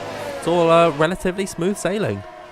It is. So Isfan Pookie's advantage is starting to die off. You could see he was within a tenth of Manley, and he's now lost back to about 3 tenths. So possibly these soft tyres, obviously not having that advantage. Normally you'd have about 6 or 7 laps of advantage. So far it seems like that advantage is starting to drop away already on lap 3 or lap 4 of 29. So possibly the degradation is more of an issue around here than it is around many other tracks, such as like Austria and Great Britain. Around here it seems a lot more higher. So it could be an issue for strategy, could lead drivers to, well, we've seen many times a soft medium or a medium soft. I don't think, from the way it's looking so far, that'll be possible. I think we'll need to see at least hard runners from everyone in this circuit to make it work, unless we have a safety car and we go for 2 stops, but I don't think that'll be very likely from anyone on the grid as we come through. But still, Isfan Pookie sitting 3 tenths back, looking back up to the front, and you can still see Ishmael Fassi within 2 or 3 tenths of Luke Smith. You can see realistically anyone in that top 7 haven't really changed apart from the top 2. Everyone else, Nico, Ronhard, Luke and Ishmael, have been the same since lap 1. As we get very close towards turn 1, you can see everyone trying to dart out of that dirty air coming down to turn 1. There's about 4 people on different parts of the track. It looks like they're doing an IndyCar start or something at the Indy 500, but they go like 3 wide or something. You know, they're all, of course, at different parts of the circuit, but that is very interesting to see. We don't normally see that, actually. I would have thought around a track like Mexico, where that straight is so incredibly long, you know, if you want to cool the car, you know, I don't know what they're really doing, but you know, it's cool to see at least. And of course, it is keeping everyone very tight knit towards each other. Everyone in that front train at the minute is currently stemming from first all the way down into 18th position, so no one has really lost out all that much aside from Fabrizio Donoso, who had his spin, and Will Lewis heartbreakingly had to come into the pit at the end of the first lap, and with some wing damage might have pitted once again. I'm not too sure. Yeah, he's done 2 stops in this race, so he's come in for a set of hards. I wonder if he's going to go towards the end. We'll have to wait and see what he plans to do. Alvaro Carreton on the back of Isman Pookie, who I think, Nathan, is beginning to struggle with the soft compound of tyres. He's losing Tom Manley in towards the final sector, and I think Alvaro Carreton is going to have a good opportunity to go for the move in towards turn number 1. He has, as Fabrizio Donoso gets a 3-second time penalty. That's both the Aston Martins now with track limit violations. We go up towards turn 1. That is also Nicolas Longue, very close to the back of Lucas Blakely, who's also very close to the back of Jan. You can see everyone lifting off slightly into that first corner, but eventually, with these mediums to hards, Nico will have that much of an advantage. Lucas will have to be forced to make an overtake, otherwise both of them will get overtook into turn 1. And you can see there, yeah, Isfan's tyres are really starting to drop off. You can see Alvaro Carreton sitting right at the back, 3/10 back, and well, considering we've got 3 drivers at the Williams factory racing today, it's Alvaro Carreton, Shaneka Clay and Will Lewis, none of them in the points. Not the best day at the Williams factory at all for those, as Will Lewis is nearly a minute back, obviously having to pit multiple times so far in this Grand Prix. We're only 6 laps in, so he's pretty much out of any chance for a point, unless we have some sort of safety car very, very shortly. But looking back up to the front, you can see Ron Har also within a 10th of Nicolas Longue as well on this lap, so he's starting to push up forward, and everyone now down towards Ismail Fassi, all within 2 or 3 tenths of each other. So soon we're going to start to see, I think, a few more overtakes being made in this field. You can see Otis, he's about 10 tenths back from Ismail, so not under too much pressure realistically from Simon with the penalty, but he's also not putting much pressure under Ismail Fassi. He's putting quite a bit of pressure underneath Luke Smith in the AlphaTauri. Obviously Ismail, very quick driver, very new to this kind of top level esports driving. He's doing a very good job so far as we come down in towards turn 16. It's Nico 10th back from Lucas, and it's Ishmael about 10th back from Luke Smith, so we could see an overtake possibly to turn 1 now. He's on the back through of the exit at the corner, but he's not closing. He's turned it off once again as they head in towards turn number 1. Nicolas Longue is moving towards the inside, but he doesn't want to go for the move. He doesn't want to insert himself too early in between the 2 medium drivers, and I think he's just going to wait for those tyres to completely die off, then go for the move and try and lead this race. I just really don't see how this medium strategy is going to actually work out for Jan Ortmeier and Lucas Blakely. Of course, undercut is very powerful on this F1 23 game. If you're pitting earlier than your rivals, you are going to be able to get considerable distance to them, but the difference in the tyres is just, you know, it's got an exclamation point on this F1 23 game. And if you're having fresh hards against fresh mediums later on in the race when you're lighter on fuel, you're going to be so much quicker than the guys on the hards if you're on the mediums. So, you know, it really just doesn't seem like it's going to work at this point. However, Jarno and Lucas, they are both esports champions for a reason. I'm pretty sure they know what they are doing, and who am I to talk down on their strategical decisions? We'll see how it works out for them as this race continues, as I'm noticing further back behind, Otis Lawrence still putting these medium tyres to work, and he's closing to the rear of Ishmael Fassi. Could we see a move in towards turn number 1? We'll have to wait and see as Josh Adobo unfortunately gets a 3-second time penalty. That is now 3 drivers with a penalty in this race. Tom Manley is on a spin down at the final corner. What's happened there? A few drivers all getting collected. There's about 4 of them going 4 wide down towards turn 1. It's this fan, Jed and Alvaro all going down to turn 1. This could end badly for at least one of them. As we head down to this first corner, 3 wide. It's Jed up the inside, this fan in the middle, and it was Alvaro on the outside, but he backed off. He knew that wasn't the best strategy, but still you can see his fan trying to send it up the inside and Jed to make contact. That could have been a deadly incident there for his fan Pookie, but he does keep it through. As now Alvaro Carreton trying to move possibly around the outside. There turn 4 has to back off for now, and also Josh Edu as well in this battle. He's sitting in P13 at the moment with a penalty, so not ideal for him at all. But I'm not sure what happened to Tom Manley as he dropped down to P18. Has he got some damage? We'll have a little look at his front wing if we can see. Fabrizio Donoso with another 3-second time penalty. I can't actually see the front wing of Tom Manley, but he's dropped back. He's 2.2 seconds back so far. He's definitely got damage because he's gone very wide down at turn 7, so not good at all for Manley. He's missing an end plate. I think he's made contact with either another car or the inside pit wall. So yeah, Tom Manley, unfortunately, his day looked so bright in Q2 where he was near the top of the order, and it was just really unfortunate that it's panned out this way for him. But that is just the way that it is sometimes, and unfortunately Tom Manley is going to have to just recuperate, come back next week, and then fight harder for a race win. That is still a very elusive part of his game. He really just hasn't been able to capture victory here in WOR on the PC platform. Of course, I remember he was an Xbox champion a few seasons ago before he came over, running under the name CRG Shadow. What a throwback that is. But on the PC, he's not quite found that same success as he's going to get a time penalty for speeding in the pit lane. He's going to retire from this session. Tom Manley out of the race as we look at Lucas Blakely once again get very close to the back of Jarno Opmeer, heading in towards the first sector. But Lucas Blakely, he is happy to sit behind and let Jarno burn up all his resources leading this race. And when the time is right, Lucas will go for the lead of this Grand Prix. Further back behind Nathan, Thomas Ronha as well, getting very racy on the rear of Nicholas Longe. Yeah, just look at the top 6. Everyone's all above 90% battery, and everyone else behind is starting to lose a little bit. I know someone's on about 30, 40 for Ruben, so you can see there, these top 6 can just lurch along with each other, not really make many overtakes, so you just keep that battery that they need. That's Thomas Ronald getting very close there to the back of Nicholas Longe through. In towards the braking zone at turn 10, these two obviously have had many battles in the past between them, many times both of them coming out on top. And at the moment it is Nicholas Longe ahead of Thomas Ronald, as that's also Ishmael Fassi. Very close to the back of Luke Smith as we head down towards turn 15, the penultimate corner of this circuit. We'll sit on the back of Luke. Obviously these two have been very close pretty much all race long, but still not a chance yet for Ishmael to get himself through. But with the DRS being there, no one really gets an advantage with the DRS apart from the top 2. Everyone else just has to pull each other along, as you can see them all sitting in different parts of the circuit yet again as we head down in towards turn 1. And still the top 2 not wanting to make an overtake. Nicholas not close enough to make an overtake on anyone just yet at the top. So we're just sitting happily behind with Thomas and Luke and Ishmael all pulling each other along. And you can still see now Otis starting to drift himself a little bit away from this gap. The gap's about 0.5 of a second as we head down in towards turns 4 and 5. And obviously Otis wants to close himself back up if he can on these guys, but he's got to be careful not to push too heavy, otherwise he could end up risking a penalty, which at the moment 4 drivers have got. 6 seconds at the moment for Fabrizio Donoso. Everyone else on 3 seconds. I believe Will Lewis only got one of... When did Will Lewis get that penalty? That must be a new one, right? Yeah, it came up just before Tom Manley retired, and so immediately Tom's penalty for speeding in the pit lane came up on screen. So yeah, Will Lewis, another one with a penalty in this race. It's still majority of the grid though, keeping it very clean. As I say that, just about just another 3-second time penalty to add to his growing tally. And I think he is unfortunately going to be out of really any contention to get points in this Grand Prix, given how close this field is. Even with all the incidences we've had so far, still got the top 17 drivers following in one long DRS train. There are a few gaps beginning to form though, a little bit of disjointment in the pack, but relatively at the front of the order especially, it is very close. Ishmael Fassi has been on the tail of Luke Smith for pretty much the entire Grand Prix. We're heading on towards lap number 11, but being in the DRS train has just meant that Ishmael cannot get this move done.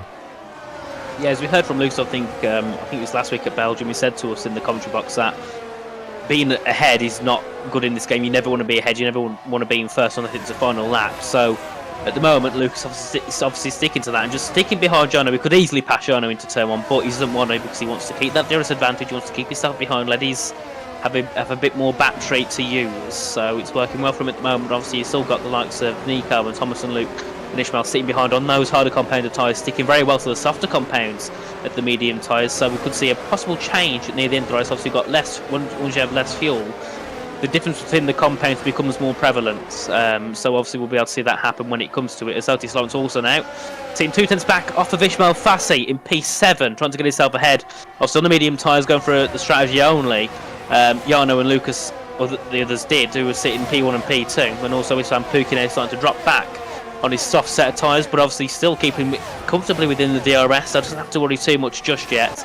And obviously same for Otis as well on the mediums. Obviously they'll start to wear off around now as well. Otis pits, so he thinks his tyres are done for, and he'll obviously go into a set of hards to take those quite a long time, about nearly 20 laps, won't he? I'd say it's a very early stop for Otis Lawrence, especially an early stop, as now Lucas Blakely is going to go back for the lead. As I was saying, it's an especially early stop for Joshua Dobu. Never mind, he's just going to come in to retire the car. It's another driver out of this race. It's been a dastardly day for Red Bull. They've lost Joshua Dobu and Tom Manley in this race. So yeah, it's not looking good at the minute for those guys, and it is sad to see they're retiring this early. And I just think the penalties are so killer around this circuit that it just completely demoralises you. There's another one coming out on the circuit. Ruben Pedreño got a 3-second time penalty in 8th position, running in the top 10 position. He's now essentially going to be down in 15th place by the end of this Grand Prix because everyone is so close together. He's not got a 3-second gap to really anyone along the circuit, so it is quite sad that is the case, and that it can really just hurt the spirits that you have. But you shouldn't be running off the circuit if you have a problem with it. But yeah, on lap number 12, I mean, Otis Lawrence, I said, is a bit of an early stop. Lucas Blakely and Jarno Opmeer should be coming in the next few laps. More interested to see that Istvan Pukki, 12 laps on the soft, still hasn't pitted. Lucas darts towards the right-hand side. He'll come into the box, but Jarno Opmeer wants to lead a lap here. He wants to stay out ahead as Lucas Blakely slides his way into the pit box. Yeah, as Istvan Pukki also pits along with Tomek and Shinaka, but obviously Jarno wanted to go for a bit of an overcut strategy here, which we know can work. And well, we know Lucas, maybe his undercut can work because we know his pace has been great so far. So maybe no matter what strategy Jarno does, Lucas can come out on top, as we can see everyone finicking around in the pit lane, all swapping positions as Lucas will come out in P12, currently ahead of Istvan Pukki. And we'll see, honestly, where Otis Lawrence comes out competitively. Is Otis now heading down this back straight in towards turn 1. He's got ahead of Shinaka, Tomek, Istvan, but not close enough to Lucas. But he's very close to Lucas as we head down in towards turn 1. So possibly this is worked out for Otis very well. As you can see, he's within a second now of Lucas Blakely. If he can keep himself within a second comfortably, he can keep himself some DRS and hopefully put a bit of challenge onto the top 5 who should be pitting within the next 5 or 6 laps, hopefully for them, as we come down back to the front and indeed in towards turns 10. You can still see Thomas on the back of Nico, can't get himself through, and they will be able to see if Jarno doesn't pit. Do we see Nico trying to take himself over the lead on these hard tyres? I think it would be a smart move actually for Nicholas Longier to go for the move before Jarno Opmeer pits, because Jarno is going to be slow at this point in terms of just relative pace, and I think Nico, if he were to be unleashed into the lead, actually Jarno is going to come to pits, as does Nicholas Longier. Thomas Ronhardt's going to stay out here, as does Luke Smith, Ishmael Fassi, Simon Weigang, Jed Norgrove, they're all coming into the box room. Bedrenio, I think, is staying out an extra run. That is going to hamper Alpine's strategy, because that means Ruben is actually going to have to wait at least one extra lap to come into the pits, because of course he doesn't want to double stack with his teammate. We'll watch Lucas Blakely through the final corner. Where is he going to merge in regard to his championship contender, his championship rivals in Jarno Opmeer and Nicholas Longier, currently running 1, 2 and 3 in the net positions, as Otis Lawrence with the fastest lap of the race. They are going to be clear. The two McLarens, net 1 and 2 in this Grand Prix. Jarno Opmeer has lost that position to Otis Lawrence, but the tyre difference is going to be substantial. It is amplified on this game, so 2 laps of difference in wear. It means Jarno Opmeer is going to have so much of an advantage on Otis Lawrence in the next few laps. Yeah, as we can also see there, Istvan Pukki got himself ahead of Tomek and Simon. He's now into provisional P5, P6, which would be a good improvement from where he was early in P11. He goes for inside move there, then at turn 6 on Ishmael Fassi. Ishmael didn't blunder to that one. He said, no, you're not going to get that. And he keeps himself ahead of Istvan Pukki as we head down towards turn 7 now. And so you can see the tyres are starting to slowly warm up for the likes of Nico, Ishmael, Alvaro, who all pitted on this lap as we head down now towards this next corner down at turn 10. Thomas Ronhard into the pits. Does Luke Smith pit? No, he doesn't. Does Ruben pit? Yes, he does. Van Teen pits, and obviously Lucas will say it because he is now the first of pretty much everyone who's pitted in this race. As we come through, we'll see where he can come out relatively compared to Ronhard. Surely, with it being an overcut strategy, Ronhard will come out a little bit further behind, but will have better tyres to use to charge after the likes of Otis, Jarno, and Lucas, who will be under pressure with those medium tyres, with his the harder tyres. I think he'll come out just behind Istvan Pukki as Simon Weigang gets another time penalty as 3 drivers emerge from the pit lane. Thomas Ronhard is indeed going to be maybe just ahead of Istvan actually. In towards turn 1 they go. Istvan is going to have the momentum around the outside. Will he make this move stick? And I think he will have the inside for turn number 2. He's very low on ERS. You can see the blinking red lights on the back of the Haas. But there he is. He is able to get ahead of Thomas Ronhard. He's immediately going to apply the pressure in towards turn number 4 and 5. Istvan bending ever so slightly towards the inside, then drift back over a little bit late, I'd say, in front of Thomas Ronhard. However, it is all completely fair. And Ronhard down into 8th. He's now got 2 cars in between himself and Nicholas Longier. And when it's so difficult to overtake around this circuit, that means it's going to be hard for him to actually get ahead of his rival, who he was so close to and challenging throughout the beginning stint of this race. Definitely, but we'll have to hopefully see some of the drivers' sakes that we'll have that difference with we'll have that difference with pace due to the tyre compounds and also the tyre ages. We head through in towards the triple right hand. You can see now Nicholas Longe getting very close to the back of Jan Ortmeier. The gap's just over a tenth of a second. Just over a tenth as we come in towards turn 15, and we can see the difference between the hards and the mediums at least between Jarno and Nicholas. They've got, well, Jarno's got 43% battery, and Nicholas on about 73, so he's in a better position so far. As also Isvan Pukki outside the 1 second to Ismail Fassi. This gives Thomas Ronhar a great move to put himself ahead of Isvan Pukki in towards P7 now, and he can close himself back into the 1 second of the guys ahead. Has also we've got a big battle at the front. Yeah, Lucas Blakely is ahead of Otis Lawrence. Otis Lawrence under pressure from Jarno Ortmeier. Up the inside of turn number 3. He's going to make this move stick. Otis kind of hang it around the outside as now they're going to approach turn number 4 and 5. I think Jarno Ortmeier has just about got himself ahead of the McLaren. He's going to hold that inside line. Nicholas Longe on the quicker medium tyres. He goes wide off the circuit. Gets a better run in towards turn number 6. He's going to look up the inside of Otis Lawrence. He's going to be shoved out wide. Wheel banging between the pair of them. But Nicholas Longe has come out ahead. Ismail Fassi going to sit behind. He's got the best seats in the house. I think this battle comes to a close. Lucas Blakely remains in the lead. I think Otis Lawrence went for a move in towards turn number 1 and it backfired completely on him. Jan Ortmeier and Nicholas Longe, they were primed and ready to completely pounce on the young McLaren driver, and unfortunately he is down now 2 places in this Grand Prix. A potential third is now Ismail Fassi on the quicker tyres, 2 lap fresher mediums as well. Can he make this move stick? We'll have to wait and see, but now we're seeing a change in the guard. The medium tyres, they're much quicker. It has, and it's also now puts Thomas Ronhar into a good position because he was a second back going into turn 1. With all this battling, it's put him just 2 tenths behind. Thomas gets a great exit on the exit of turn 16. Now we could see a battle because Thomas is gaining on Ishmael. Ishmael's gaining slowly on Otis. Otis yet to get on the back of Nicholas, but doesn't go for him just yet. Thomas within a tenth. Doesn't he go for it around the outside of turn 1? He's got to go for it. Sends Ishmael defensive. He's got the outside line at turn 2. Thomas putting his foot down. Can he get himself ahead? I don't think he can. But still, Ishmael going defensive. A great exit there for Ronhar. He's got the outside line. He's going to have to turn that to the inside in towards turns 4 and 5. And that's Ishmael defending very heavily in towards turns 4. And no way through for Ronhar, but very close to the back of the Ishmael Fassi in the AlphaTauri as we head through in towards turn 6. Valentine Brufair gets a penalty, and now Ishmael was looking for an outside manoeuvre on Otis Lawrence at turn 6. Otis starting to drop back heavily. These tyres could also be used. He could also be doing this just to try and help his teammate Lucas Blakely, who's currently at the top spot and going to be under very much pressure of these medium tyres as we come through then towards turn 10. Fassi really is applying the pressure to Otis Lawrence in that second sector. Will he try and go for it? Maybe into the triple right-hander. He's losing a lot of time to Nicholas Longe ahead of him, but I just don't think he's got the ambition to go for it this time. But he can go for it in towards turn number 1.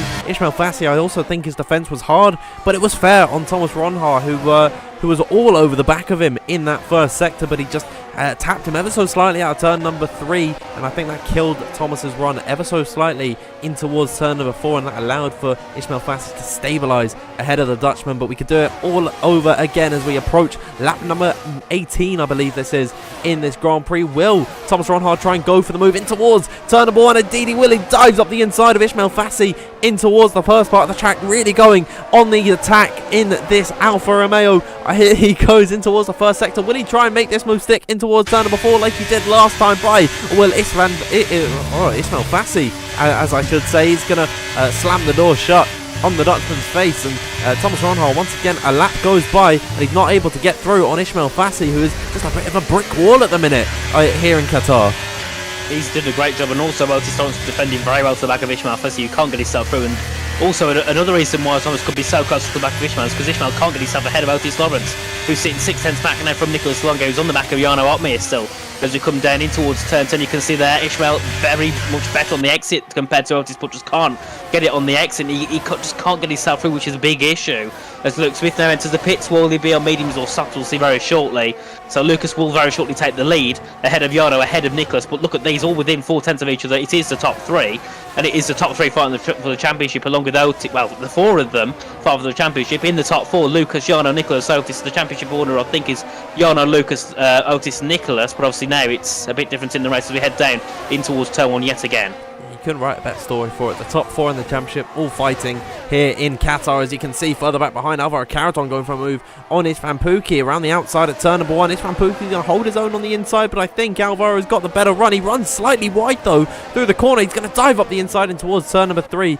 And he'll make that move stick ahead, towards turn number 2. And he'll make that move ahead of Istvan Pukki. Gets himself into P7 and into the lead fight. Alvaro Carreton, he's had a bit of a quiet Grand Prix so far, but he's definitely made up positions and he's been very strong. As now Thomas Ronhart, the inside of Ismail Fassi towards turn number 6. He's had enough of the strong defense and actually pushes Ismail Fassi out wide and gets a 3-second time penalty. I think that is very harsh from the game there, as Ismail Fassi was well within his rights to hold that position and hold it around the outside. They were pretty much side by side at the apex of the corner. Nevertheless, Thomas Ronhart is going to be able to muscle his way through, but it's a little bit of a controversial move there. Ismail Fassi is definitely not going to be too happy with that one.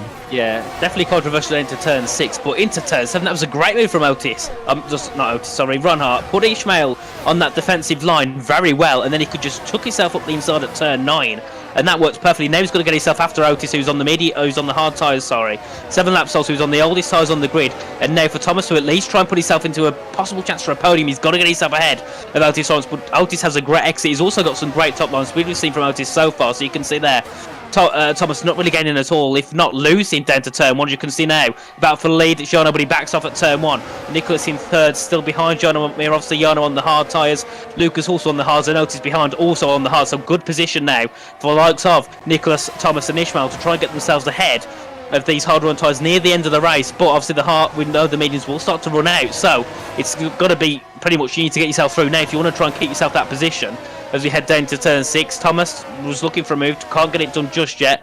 As we head down in towards turn 6, just on the back of Otis Lawrence, got great exit on the traction. As we come through in towards turn 7, can't get himself through, and just trying to put himself through where he can, but just yet sitting right behind us. That's also Luke Smith having a battle with Valentine Bruth there. As there's currently a poll live in the chat at the minute asking who is winning this Grand Prix. 22% of the votes currently saying Lucas Blakely takes victory. Two-thirds of them going to Jarno Opmeer with victory, and then 8% to Nicholas Longe, 3% saying other, which says comment below if you want to. Please go and vote on that, on who you think is going to be taking victory in this race. And really, you cannot call it at this point because we are still on lap number 20. We've got first down to 16th, all following in a train. Will Lewis, unfortunately, he's not had a good day. I think that's his 3rd stop that he's made now onto the medium tyres. So it's really just not been a good day at the office for all of the Williams drivers. Alvaro Carreton is their lead runner in P7. Shinaki Clay down in 14th as Luke Smith now on the soft compound tyres. He sets the fastest lap of the race and he gets himself up the inside of Tomek Paradzis, and he's able to find himself now in P12. Will Lewis with a 3-second time penalty. Could Luke Smith be a bit of a dark horse in this Grand Prix? We'll have to wait and see. He's got to weave his way through a lot of traffic here, Nathan, but he could definitely see himself in a decent position towards the end. Definitely, he's making it work well, considering he was about 15 seconds back from Lucas before he pitted. That's quite a far, it's quite a far way back, but he's come back through. He's now looking to get through on Jed Norgrove for P10 as we head down to turn 7. Inside line there for Luke Smith. Bit of a slide there from Simon Vigang. Could give Luke Smith 2 positions, and I think it will as he comes into turn 9. Yes, it is. So 2 positions gained there for Luke Smith, down into the top 9. So decent points so far going to be made here from Luke Smith, but he's got to get himself ahead of his son Pukki. We know his son's been a little bit off the pace so far on the medium tyres, so should be a pretty easy move there for Luke Smith on the 2-lap old soft. But the question you have then at the end is how much will Luke start to drop back near the end of the race, as now Thomas Ronhard back right on the rear of Otis Lawrence as we head through to turn 15. Through there, 6th gear, keeps his foot very full on the throttle as we head down into turn 16. The gap's about 0.2 of a second between Otis and Thomas, and you can see now Thomas slowly starts to lose time on the exit, and then he just starts to lose time on the straight as Luke Smith. I think that was up the inside at turn 16, gets himself up into P8 now. Going to be having to charge after Alvaro, but Istvan's going to try and fight it back around the outside, can't fight it back too hard, so we'll stick behind. And now Ronald needs to get himself through, but he's got no advantage in the straight line speed, which Otis does have. So yeah, this could be a pretty difficult position for Ronhard to make, as also Luke Smith ahead of Caraton. And now to P7. This is going well for Luke. Could be looking to put himself on the podium at this rate. Yeah, those tyres there are going to fall off very soon, but well, he's done a fantastic job of getting his way through the grid. You can see our Caraton losing another position now to Istvan Pukki, who saw the opportunity to go around the outside at turn at number 6, out the inside for turn number 7. What can the Hungarian driver do? I think Caraton, using that momentum along the outside, is going to be able to stay ahead.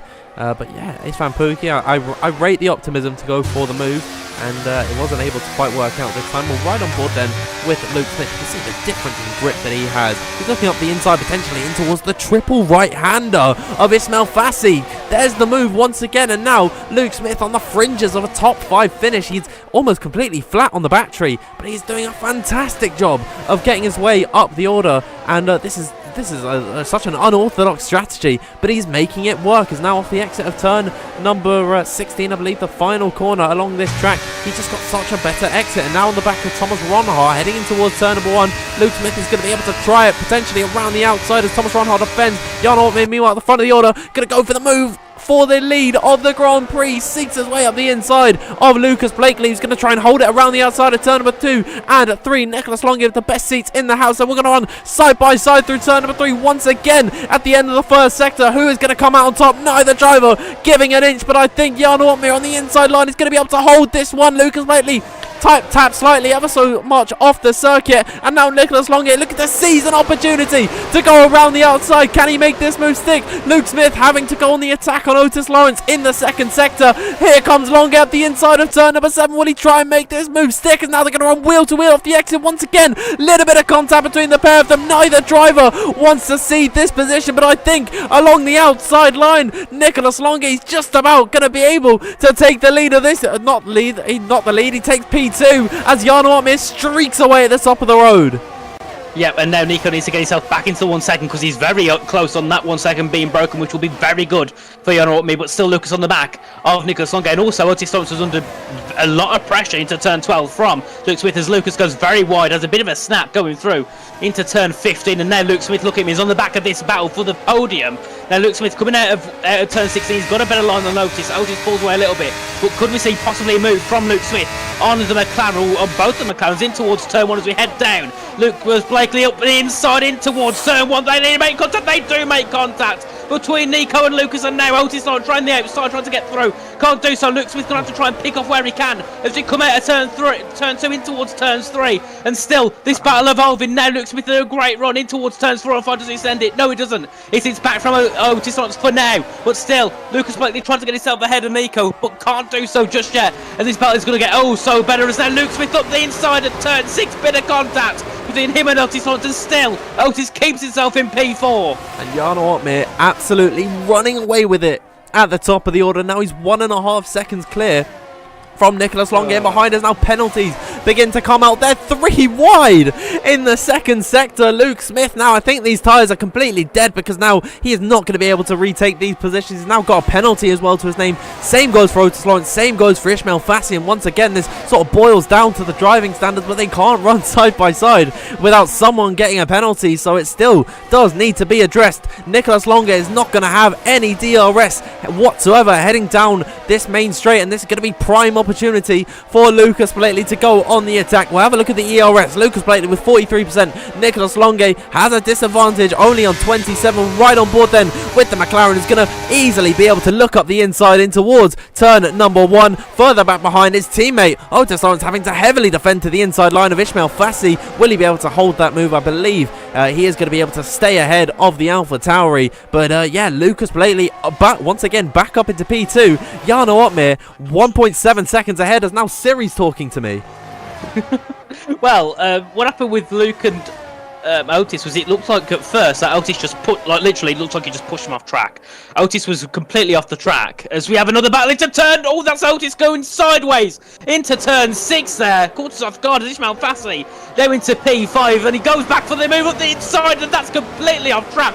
This is like what we see from Max Verstappen here. From Otis Lawrence as we come through. Now Alvaro Carreton trying to get 2 of them in towards turn 10. But Otis still sticks himself in there as we head into turn 10. Inside for Otis, outside for Alvaro Carreton as we head there up towards turn 12. And Luke Smith's ready. He's had contact with someone. And he's down at turn 10. And this is absolute heartbreak for Luke Smith. And so far, Alvaro Carreton looking to get himself through, to put himself into the top 5. And Ishmael Fassi still sticking in this as well. And this is just evolving more and more. But Otis Lawrence defending controversially at the moment to nearly everyone that is on track. As we head down into turn 16. And now it's Alvaro Carreton trying to get himself through. And also Ishmael Fassi as well to put himself into P5. Fassi on the back of Alvaro Carreton, but I don't know if he's going to be able to make the move because Otis Lawrence having to defend to the inside. He's going to get sandwiched by the 2 Spaniards. Otis Lawrence once again looking up the inside line, and he's going to almost push Ismail Okay, what is that? No, that is not on, and they've made contact. They've touched, they've collided. Ishmael Fassi and Otis Lawrence, tensions boil over here as they both, well, Ishmael Fassi straight up retires from this race. Otis Lawrence is down in 14th position. That is not on from either driver, and these, I thought this race was going well, honestly. I really did. I was having a wonderful time watching this one, but once again, the driving standards here have, quite frankly, been abysmal. Thomas Ronhaar has just picked up a 3-second time penalty, but both drivers, I think, are going to need to be have some stern words with the stewards. Yeah, well, yeah, no words apart from Otis. What was that? Come on, yeah. Otis. You know, it's happened down at turn 9. It's happened again here, and he was just. I don't know. I don't even know that wasn't even a credible overtake. It was straight into turn 1. No. He didn't even keep it on track. He went completely off. No. But ignoring that for now, we'll talk about that afterwards. But yeah. That is definitely gonna be a talking point finally after the race. As Simon Vargan gets another penalty, and Thomas Ronhaar with a penalty as well. As we head down into turn 1 now, it's Thomas Ronhaar trying to get himself ahead of Nicholas Longate. Lucas Blakely, however, has got himself very close, nearly to that 1 second gap of Jarno. The gap was about 1.8 seconds. It's now 1.3. As it seems Nicholas and Lucas have calmed down, but Thomas Ronhaar tries to get it through. Otis gets a penalty. Otis retires from the race as we head through to turn 3. And now Thomas Ronhaar looking to possibly get himself onto the podium, but the issue is he got his penalty, so unless others get a penalty ahead, this could be it for Thomas Ronhaar in terms of getting himself a podium. As we've migrated host, let's hope that causes no issues as we head down in towards this is coming through in towards turns 4 and 5, and Jed Norgrove, he's having a masterclass getting himself back into possibly a top 5 position with the penalty for Thomas Ronhaar. Well, yeah, I mean, you've just got to survive the race here, and you'll be in a top 10 position. I think I'm keeping my fingers crossed that it's calmed down now, and we can talk about this after the race, because I do have a few things to say about what we've witnessed here, because I mean, I try so hard to remain impartial and not talk about incidences, but when they highlight such a big factor of every single race, I feel like now it is time for us to talk about it at the end of this session. But nevertheless, we'll continue along. We'll leave it for now, and we'll enjoy the last few laps of racing. However, Jarno Opmeer has just done a fantastic job of cruising away at the front of the field. Lucas Blakely is getting close to the Dutchman, and these two are going to remain very tight-knit in the championship standings. But Jarno Opmeer looking at the moment, Nathan, to be extending his championship lead. He is definitely. As Thomas Ronhaar looking to get himself a little bit closer to Nicholas Longate into turn 1. Yeah, the gap's 1.2, so Lucas needs a bit more work to do. He's got to get it. If he wants to win, he's got to get the DRS now on this lap. He's got to get it coming on to the end of turn 16 and towards turn 1 to have a chance down at turn 1. As that was, we'll lose with another penalty. He's down 1 minute and 5 seconds back, so he doesn't really need to bother worrying about that one as we head through. But still, Thomas Ronhaar looking to get himself ahead of Nicholas Longate, who we thought would fly past these hard-to runners, but hasn't had an easy job of doing so. He went for a move a few times, but hasn't got himself through on many occasions, which is a big shame for Nicholas Longate. Carreton looking to, well, he needs to get himself comfortably into 3 seconds, otherwise Thomas Ronhaar won't drop positions. If Alvaro wants a P4, he needs to be within 3 seconds of Thomas Ronhaar so far as we head through. Isvan Pookie on the DRS of Alvaro, same as Jed Norgrove in P7. Then also we've got penalties galore behind for Ruben, Simon, Shanaka, Valentine and Will, but it's back at the top. Lucas has got to push if he can through this final section. He's got no ERS, same as Jarno. They've got literally 0% for Lucas, 3% for Jarno, and then still only 16% for Nico, and then Ronhaar on 25, so they're all running out of battery.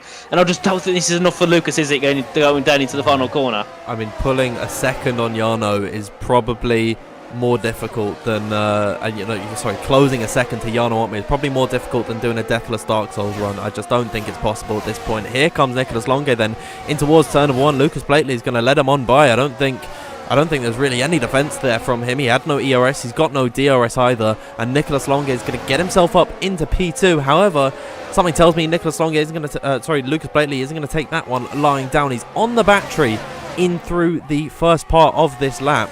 However, there's no more DRS zones. There's no real place to overtake here. So Lucas Blakely, I'm not too sure why he didn't defend that one harder. Normally, as we come down towards turn 6 now, that's a little bit of battle between Jed and Ruben. They've been going side by side since turn 1. Made a bit of contact into turn 3, but they still got through, and a bit of contact again between these two as we head down to turn 7 now. Ruben's got a chance to get himself ahead. Can he get himself ahead of Jed? Because Jed's got the inside line at turn 8. They push each other nearly off track. And now Jed, says no, I won't battle anymore. He gives that position to Ruben Progenio, as also Simon Vigang sitting a little bit behind on these two as they come through out of turns 10 and 11 as we come through now towards the final triple right-hander, and still nothing Nico can do is to get ahead of Jano. I think I'm getting a sneaky suspicion that Lucas Blakely might try and pull what he did in Brazil on Fabrizio Donoso, because now through the final corner, no one is going to be able to catch Jano Otmir at the front of the order. He is going to take victory here in Qatar in what has been a very hellacious and controversial Grand Prix. He will be able to take victory. Nicholas Longe is going to remain in P2. Lucas Blakely in P3, and I actually think Thomas Ronhal might have nipped him on the line. I think he was just able to get ahead of 2.998. That was a 2,000th of a second gap that Thomas Ronhar, I didn't even see it because the camera angle was so atrocious, but without that penalty, Thomas Ronhar is on the podium here. He's definitely going to be on the phone to the stewards at the end of my keyboard. Apologies, everyone. I've pressed one of my hotkeys and I've put us over to the intro scene. But yeah, sorry. As I was saying, Thomas Ronhar, if he gets that penalty removed, he could be on the podium. Yep, which we'll see if he does, because I think it was actually a bit of contact that got in the penalty. I think I believe at the time it might have been Ishmael Fassi, if I'm correct. But there we are. The top three is technically the top three in the championship. Otis was in third, but Nicholas was very far behind. Obviously, Otis scoring no points today will put Nicholas into third in the championship. So it is now in the championship the top three on the podium. With it being the championship order being Jano, Lucas, Nicholas.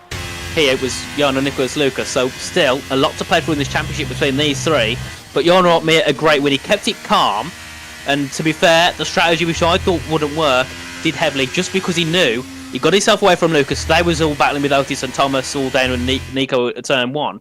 He pulled himself ahead of the second. Then it was so hard for anyone to get themselves back into the 1 second gap, because of how hard it is to pull a gap around here and to get it and to close the gap again. As you could see, he won by 9/10 of a second. Yeah, I mean, Jano Otmir did a fantastic job this evening. He kept his nose clean, stayed out of trouble, and he took his opportunity when it arose, and that allowed for him to take victory here in Qatar, ahead of Nicholas Longe in P2 and Lucas Blakely in P3. The three championship protagonists, I'd say, who've got the best shot of winning this season on the podium. Really well done from both Jano Otmir and Lucas Blakely, and of course Nicholas Longe. And I'm wondering, when is Lucas going to get his in-game image? Because Brendan's got his, David's got his, and Jano's got his as well. I'm waiting for Lucas Blakely to get his face on that podium. We'll run you through the full classifications of the results. It's been a bit of a controversial one this evening, and we'll talk about that in just a moment's time.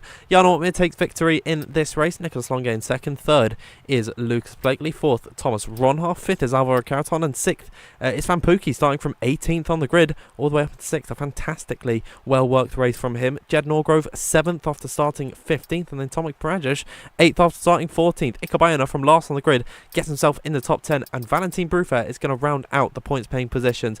Rimpadranio 11th, 12th Clay, Will Lewis 13th. Then retirement, Vigang Lawrence. I'm missing all of them now. It is Vigang. I don't know. I honestly don't. There was too many. Vigang Lawrence, Passy, Smith, and also Edith Manley. There you go. I just got it on the stream. There you go. I mean, yeah. Where do we start, Nathan? Well, the Discord chat, he's not very happy. A lot of sarcasm saying the driving's amazing and the racecraft isn't good. But yeah, Otis, come on, man. Like, I'd like to talk on this quickly because a few weeks ago in Brazil, I defended him. I said that I didn't say he didn't have. I didn't say he had good driving standards by any means. But a few weeks ago in Mexico, I defended Otis Lawrence, saying that he is, he's only 15 years old or something. He's got time to learn and stuff. But week in, week out, you've got to be making improvements. And I think the driving standards today, it feels wrong not to call out the drivers involved on that, because Otis Lawrence and Ismail Fassi, tensions boiled over. And in towards turn number 1, that was not a defensive move whatsoever. That was completely intentional. And I know commentators, we're supposed to remain impartial and let the stewards do their things, but yeah, I feel it. I feel I can't look it over now, and I'm just disappointed really, because we've got 3,000. I think it peaked at about 3,500 people watching for good 3.6k people tuned in this evening to watch good racing, and it's been completely ruined by poor driving standards throughout it. And we've got so many stewards, we've got so many people behind the scenes working hard to put on a good show. Got all the graphics designers, we've got myself and Nathan coming in, week out to commentate on good racing, and it's not happening. And honestly, I mean, it sounds horrible to say, but I'm getting sick of it. And the driving standards need to be improved. The stewards need to buckle down, start giving out race bans for drivers who don't want to be fair when racing, because there are plenty of drivers in lower tiers that do. Yeah, I think it's not just here as well. It's in other leagues that have these top tier drivers. I noticed in F2 and PSL, we've seen the same. We saw the same at PSL and F1. I don't know why people can't learn to race properly. These people, they're the best in the business. They're at the top, and they can be as quick as they can, but it seems some of them just don't have the racecraft that they need at all. And it's like, come on, don't send moves when you're braking at least 50 metres later than you should into turn 1, around here and towards turn 7. There's no need for it. Just sit back and overtake again, because all you're going to do is put yourself a bad face. And some of these drivers in here, I think nearly everyone in this tier, are all representing esports teams, whether they're part of the Pro Series team or whether they're part of a development team. Yeah. And when Veloce see what Otis have done, they're going to start thinking, well, what's the way forward? He's not listening, and I love Otis. Otis is a good lad. I've spoken to him many times. But there's points where he has to be told, what are you doing? Because Mexico, that was one thing. Here, he's done it again on multiple occasions. He needs to be told. He needs to be stopped, or he needs to start facing consequences. A time penalty is not going to affect him. He's not bothered if he loses a few positions in Mexico. He's not going to be bothered if he loses a few positions here. He needs something like a race ban or a qualifying ban, something, and it's not just him as well. There's other drivers that need some sort of punishment. And I just want to put it out there quickly. I've seen a lot in the chat. Just don't spread any sort of personal hate and insults, because that's a bit too far. We've said what we need to say, but don't hate him. Don't start sending me messages on social media, because he's still 15 years old. No matter what we say, it's nothing personal to anyone. It's just from what we've seen on track. So, yeah, calm down in the chat, because I've seen quite a few messages that are a bit too far. I think there shouldn't be an excuse to attack someone's character for stuff that has been on that happens on track. I mean, we've had Otis Lawrence here in the interview room, and he's such a lovely guy. I mean, he's really nice, he's really humble, but the driving standards just need to be worked on. And you are right, it is not just Otis Lawrence, it is the grid as a whole, because there are too many drivers getting shoved out every single lap. That is why we've seen so many penalties, I think, today. So many, probably over half the grid got a time penalty at some point, and many of those occasions were just other drivers not respecting them at all, giving them no room on the exit of a corner, and they picked up warnings for that, and they've got penalties. So the stewards need to buckle down, honestly. I get people think, it's harsh for one move. They get a 10-second time penalty for, but it needs to happen, because clearly the current system just isn't enough of a deterrent for the drivers to pick it up and not be as dirty. And I don't know what else there is really to say. I mean, I feel let down, to be completely honest, by the driving standards this evening. Yeah. Well, I think another thing as well is the fact Esports is probably around 3 or 4 months around the corner from here. And if we're seeing this now, and we see this in esports, that puts a bad name on F1 Esports. Mm. F1 Esports it's been gaining popularity over the years. Yeah. And if we start to see stuff like that happening there, people are going to lose. People aren't going to want to watch it. And if they don't want to watch esports, they're not going to bother watching PSG and WOR, which are the leagues that everyone comes here to watch and what everyone spends their time and money on every week. So yeah, it's not nice to moan because I don't like to. I like to enjoy what I'm doing. But the last few laps, that's what. So it just annoy you, and then you start to be like, oh well, and it did get a bit anticlimactic near the end, even though the top three drove a great race. It was it didn't feel the same because you've had people just going around taking each other out. Ishmael, I'm not sure what happened, but from my view, it looked like he just punted Otis back off as well. So they're both as bad as each other in that aspect. I think so. Yeah, I suppose you're just going to wait to see what the shows say. I think Ishmael had enough at that point, and that is not a justification for what he did, because taking it at face value, he's ruined both their races, and of course, events happen before, and there's been issues. It's not a nice thing to talk about, honestly. I want to come into the post race screen and say, wow, what an incredible race that was, and we've had that so many times this season, and I know that all the drivers on this grid are capable of racing cleanly, and for some unknown reason, it just hasn't happened recently. And I also want to make one final point, is that I think you touched on it as well, is that when a driver steps into a league race that is being broadcast to everyone, 3,500 people every single week, you're not just representing yourself, you're representing the organisations that put their faith in you to drive a good race and bring them in results. And if you're doing that, it's going to look incredibly bad on that organisation. They're not going to be happy. No, it benefits no one from losing temper and not respecting each other. But I think that's enough. Enough whinging from the pair of us. Me, so more than you. I think you've been a lot less heated, but I'm just not happy. Seeing a lot of hashtag justice for Luke Smith, and I really do feel for him. Honestly, he was on track for a potential podium in this race, and I think actually with Ron Ha's penalty, he'd have been on the podium, potentially in P2. Maybe he could have caught Jarno Opmeer towards the end, but I feel really bad for Luke Smith as I don't know. Well, I just look at the calendar, and I don't like to joke about it, but I can't see it getting any better at Saudi Arabia next week. Oh dear. So this could be interesting. At the red track, like Saudi, someone goes off, everyone's going to follow them because of the way that the track's designed. So yeah, that could be interesting. I don't think we've got anyone for interviews today, which is quite sad, but I couldn't understand why people are probably going to be annoyed and don't want to bother.